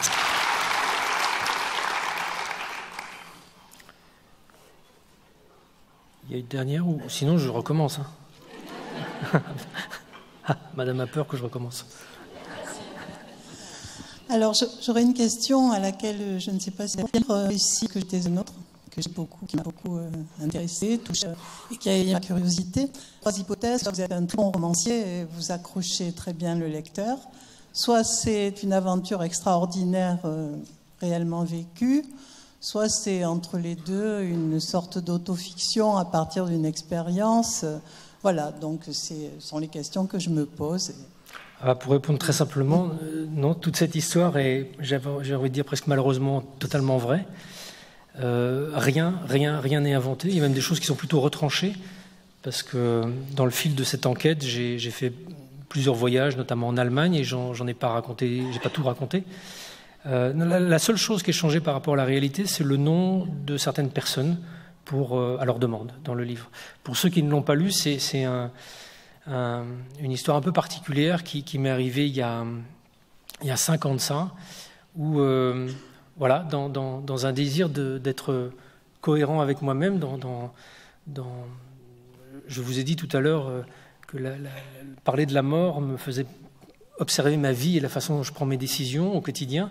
Ça m'a rendu absolument intransigeant sur l'impossibilité pour moi de laisser en sommeil des choses qui brûlent. Et après avoir dirigé Enquête extraordinaire pour M6, avoir créé l'INRES, j'étais arrivé dans un moment où je multipliais énormément les activités. J'avais besoin de faire un peu de prendre du champ.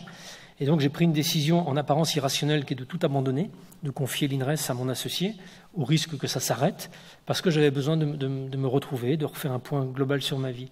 Et j'avais un appel, il y avait peut-être quelque chose, c'était pas anodin cette décision. Donc je suis parti en Amazonie parce que je pratique, j'ai découvert le chamanisme amazonien il y a de cela 12-13 ans. Je vais de temps en temps en Amazonie, je m'offre ces moments de break qui sont des moments d'introspection très puissants. Et pendant cette retraite en 2014, j'ai vécu une expérience assez curieuse qu'au début j'ai pris comme voilà, une sorte de message de mon inconscient pour me faire peut-être comprendre des choses. J'étais en pleine journée, conscient, lucide, je n'avais pas pris de substance particulière. Et j'ai vécu une sorte de rêve éveillé où je me suis retrouvé dans une scène de guerre en étant témoin de situations très précises, en voyant un homme de façon extrêmement précise devant mes yeux. Mais j'avais les yeux fermés, mais j'aurais pu arrêter ça en une seconde, il suffisait d'ouvrir. Sauf que je voyais cette scène un peu comme voilà, un rêve éveillé, avec un homme prenant un éclat d'obus à la gorge, tombant. Je savais instantanément comment il s'appelait, je savais qu'il avait tel grade, qu'il était dans l'armée allemande. Et tous ces éléments m'envahissaient avec beaucoup d'émotions. Et quand ça s'est arrêté, je me dis, waouh, là, mon inconscient m'envoie un message fort, un peu comme un rêve vous envoie peut-être des messages. Donc je l'ai noté en détail, je me dis, il faudrait que je travaille sur cette dimension. Je suis devenu reporter de guerre, j'étais obsédé par la guerre et par la violence, donc ça doit être lié. Donc j'ai rangé ça dans un coin de ma besace en me disant, bah voilà, quelque chose dont je devrais travailler avec des psys peut-être. Et puis, quand je suis rentré en France, j'ai quand même googlisé le nom du bonhomme que j'avais obtenu, qui était un lieutenant en plus, donc c'est absolument pas quelqu'un de connu. Il y avait des dizaines de milliers de lieutenants. Et à ma grande stupeur, je découvre, enfin non, mais pas à ma grande stupeur, enfin, je me dis, bah, tiens, évidemment, je découvre qu'il y a un type qui portait le prénom, le nom et le même grade que j'ai vu dans ces visions. À ce moment-là, pour moi, c'est vraiment une coïncidence. Je dis, ouais, vous voyez, entre mon esprit, entre deux trucs, entre deux hypothèses, l'hypothèse la plus rationnelle va forcément être ma préférée. Donc l'hypothèse rationnelle, c'est que c'est une coïncidence, à tel point que je laisse ça de côté pendant plus d'un an. Et puis un an plus tard, 15 mois plus tard, je recommence à googliser son nom, je ne sais pas pourquoi. Et en googlisant, je tombe sur le nom d'un historien que j'appelle. Le type me connaissait parce qu'il avait vu Enquête extraordinaire. Donc quand je lui dis, bah voilà, j'étais en Amazonie, j'ai fait un rêve, j'ai vu un mec, etc., il me raccroche pas au nez tout de suite. Et son premier réflexe, c'est de me dire, mais est-ce que vous avez trouvé le dossier militaire de cet homme? Et moi, j'ignorais qu'il pouvait y avoir des dossiers militaires pour des lieutenants. Voilà, c'est à peine un jeune officier. Et il me dit, si, tous les officiers avaient des dossiers et ils sont conservés à Berlin, mais il y a des copies microfilms qui sont à Washington. Et il me met en rapport avec un chercheur français qui est en train de faire sa thèse à Washington, que je contacte par email. Et 3 heures après, le gars me répond, bah oui, il y a un dossier de 80 pages de cet homme. Est-ce que vous voulez que je vous l'envoie? Je dis, bah un peu. Donc il faut que j'attende 2-3 jours pour recevoir le dossier. Et quand je reçois ce dossier, c'est des fichiers d'une page chacun. Je les ouvre lentement. J'envoie tout à l'historien qui est dans le sud de la France. Et pendant ce temps, je commence, moi, à découvrir ces pages d'archives. Je suis journaliste, mais je n'ai pas une formation d'historien, donc je ne sais même pas comment je cherche. Puis je ne parle pas allemand, surtout, donc c'est laborieux. Mais je passe la journée à explorer ces différentes pages. Je suis assez intrigué. Je découvre l'écriture manuscrite du personnage. Je comprends à peu près qu'il a été stationné là, qu'il a fait ci, etc. Et puis à la fin de la journée, très tard, je reçois un mail de l'historien qui me dit, voilà, j'ai traduit les grandes lignes du dossier. Voilà, il est né à tel endroit, il a été stationné à tel endroit, il a fait partie de telle division, et son acte de décès dit qu'il est mort à telle date en Russie, tué par un éclat de but au cou. Et là, quand je vois ça, j'ai vraiment l'impression d'un 38 tonnes qui vient de s'écraser devant moi. Là, tout d'un coup, je me dis, mais c'est plus possible que ça soit une coïncidence. Là. C'est plus possible que ce soit juste un hasard. Il faut que je comprenne quelque chose. C'est pas... là, ça deviendrait irrationnel de se dire, ça doit être bizarre, ça doit être... Et à partir de ce moment-là, je ne vais avoir de cesse que de vouloir comprendre pourquoi j'ai vécu cette expérience, qu'est-ce que ça veut dire, qui est ce bonhomme, quel est le lien que j'ai avec lui. Donc je suis parti déjà rencontrer plusieurs personnes en France qui m'ont aidé à explorer les différentes dimensions de cette aventure. Je suis parti en Allemagne et je suis parti jusqu'en Russie, là où a été tué cet homme en octobre 1941. Je ne vais pas spoiler l'histoire parce qu'effectivement, comme vous le dites, ça se lit presque comme un roman, parce que je tiens un journal tout le temps, et plus encore quand je mène des enquêtes comme ça. Donc pour écrire ce livre, j'ai repris le journal que j'ai tenu pendant plus d'1 an. Et c'est pour ça qu'il y a cette espèce de rythme qui témoigne simplement de ma surprise, de ma stupeur de découvrir des choses les unes après les autres. Parce qu'il y avait une petite fille dans ma vision aussi. Est-ce que cette petite fille existe? Est-ce que c'est sa fille? Et cette aventure, elle est... Je ne veux pas en parler maintenant parce que ce n'est pas le propos, mais c'est peut-être une des choses les plus importantes que j'ai fait dans ma vie pour me guérir de certaines zones d'ombre. Et je pense qu'on a... Moi, peut-être beaucoup, mais je pense qu'on a tous des parts d'ombre et des parts de lumière. Enfin, c'est pas moi qui le dis, c'est les psys. Et que nos parts d'ombre, elles sont imprégnées d'une certaine manière de l'ombre du monde aussi. Ce monde dans lequel on vit nous est pas forcément étranger. Il nous imprègne au quotidien. La Seconde Guerre mondiale, c'était il y a 80 ans. C'est il y a 80 ans qu'un pays voisin, juste à côté, a envoyé 6 millions de personnes dans des camps de concentration. Il y a 80 ans. Mon père, il était jeune enfant à ce moment-là. On voit des films en noir et blanc, même si France 2 les colorise un peu maintenant, on a l'impression que c'est dans un autre monde, c'est loin, mais des gens vivants que vous côtoyez, que vous connaissez, étaient vivants à cette période-là. Et cette histoire-là, l'exploration que j'en ai faite est sortie du cadre purement personnel de mon histoire pour me plonger dans une interrogation sur le poids de l'histoire collective. Quel poids nous habite encore, nous? Qu'est-ce qu'on doit hériter de tout ça? Enfin, pas doit, mais qu'est-ce qui nous imprègne encore aujourd'hui? Je pense qu'on est des êtres qui sont intègres, autonomes, mais on est sous influence d'une certaine manière de notre culture, de notre famille.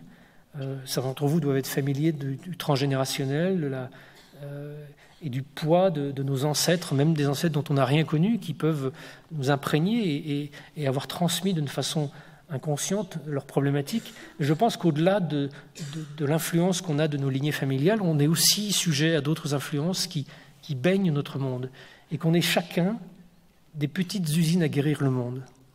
Et qu'à travers la lucidité qu'on aura envie de porter sur ses propres mécanismes intérieurs, on aide aussi à rendre le monde un peu plus clair.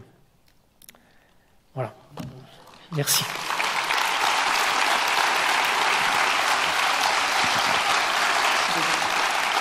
Encore une ou deux questions, c'est possible? C'est vous? Bonjour et merci pour votre témoignage et parcours. Vous êtes un expérienceur de la vie, en fait.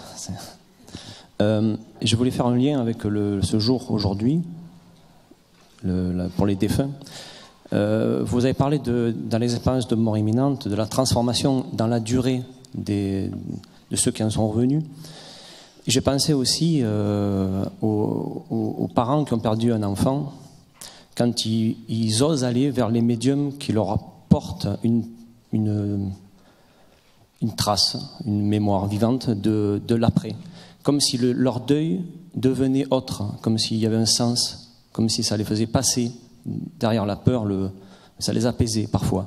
Pas toujours, mais... Et je pense que là, il y a une boucle avec un message, avec un sens, à la fois le deuil, les défunts, et puis la transmission. Voilà. Bah c'est vrai que j'ai noté qu'on était aujourd'hui le 1er novembre et que c'est par un hasard que cet événement se tienne aujourd'hui. Juste par rapport à ce que vous dites sur les médiums, c'est pas la solution magique, hein, les médiums. Je tiens à insister là-dessus parce que c'est vrai que la promesse qui est faite par ce thème de la médiumnité est extraordinaire. Ah bon, on va communiquer avec notre enfant qui est mort, mais ça résout pas grand-chose. Ça résout pas le manque, ça résout pas la tristesse. Ça va créer une petite fenêtre un peu curieuse pendant 30 minutes, 40 minutes. Ça va ouvrir des espérances, mais vous ressortez de chez le médium, le doute vient, le manque vient, l'enfant il n'est pas là, il sera plus jamais là non plus.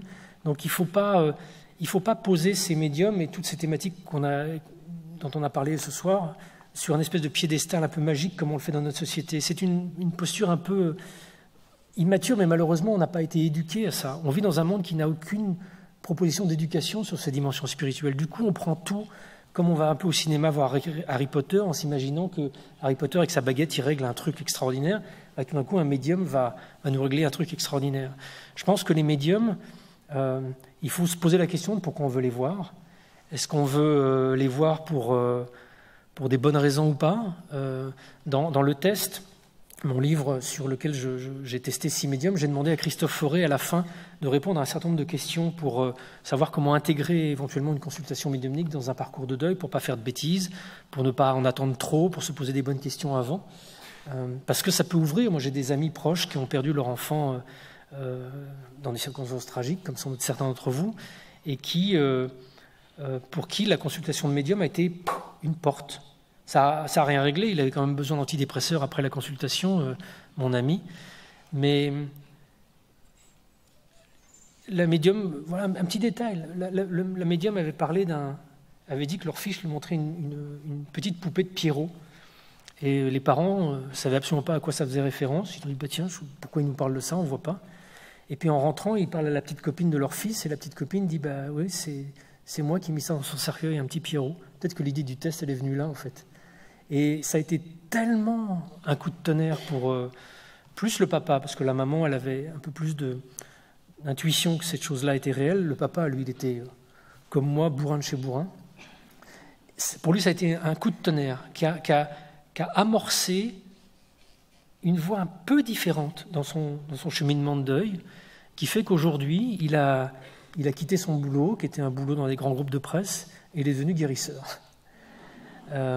Et il dit ouvertement que c'est son fils, c'est l'aventure qu'il vit avec son fils depuis son départ, qui l'a conduit à réorienter complètement son activité professionnelle.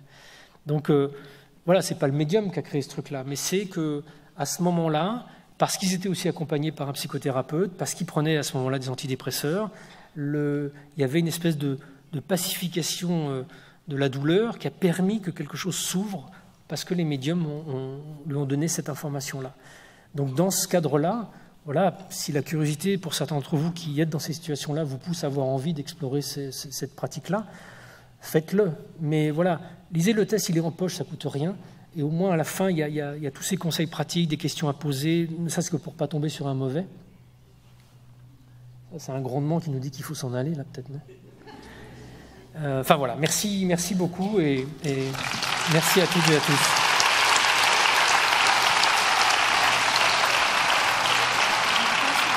Oui, bien sûr.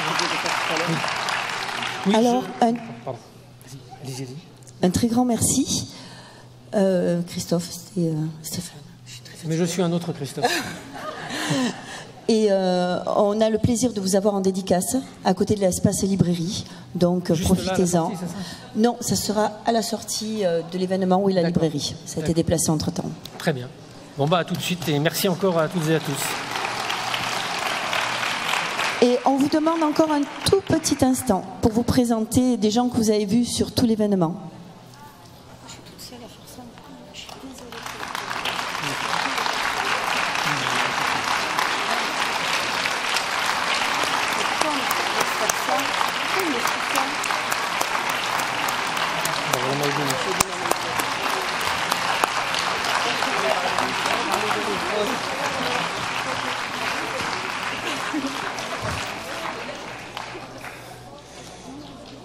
Et voilà, alors je ne sais pas s'il y a des organisateurs qui sont dans la salle, mais s'ils le sont, je les prie de se lever et de nous rejoindre. Je voudrais également vous dire à tous merci, vous dire à tous merci. Ça a été un moment de très grande émotion, pour nous d'abord, parce que je peux vous assurer que quand on est rentré dans ce projet, on n'avait pas un seul instant, même si c'était notre envie. Imaginez qu'il y aurait une telle adhésion. Nous espérons que ça vous a plu, nous espérons que vous avez ici appris plein de choses, ou redécouvert plein de choses. Un grand merci à Stéphane Alix, et tout spécialement parce que...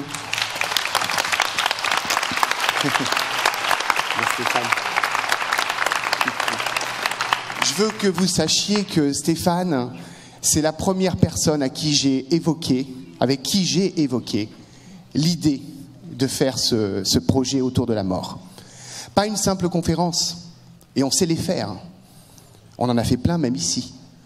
Mais un événement un peu original, inédit, où il ne s'agissait pas pour vous simplement d'être spectateurs, mais aussi d'être des acteurs impliqués.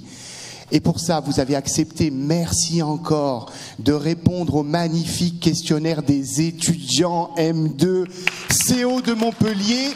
C'est une sacrée formation. Ils ont fait un boulot de dingue, ils ont préparé le questionnaire pendant des semaines et ils ont assuré le plan, ils vous ont questionné, re-questionné.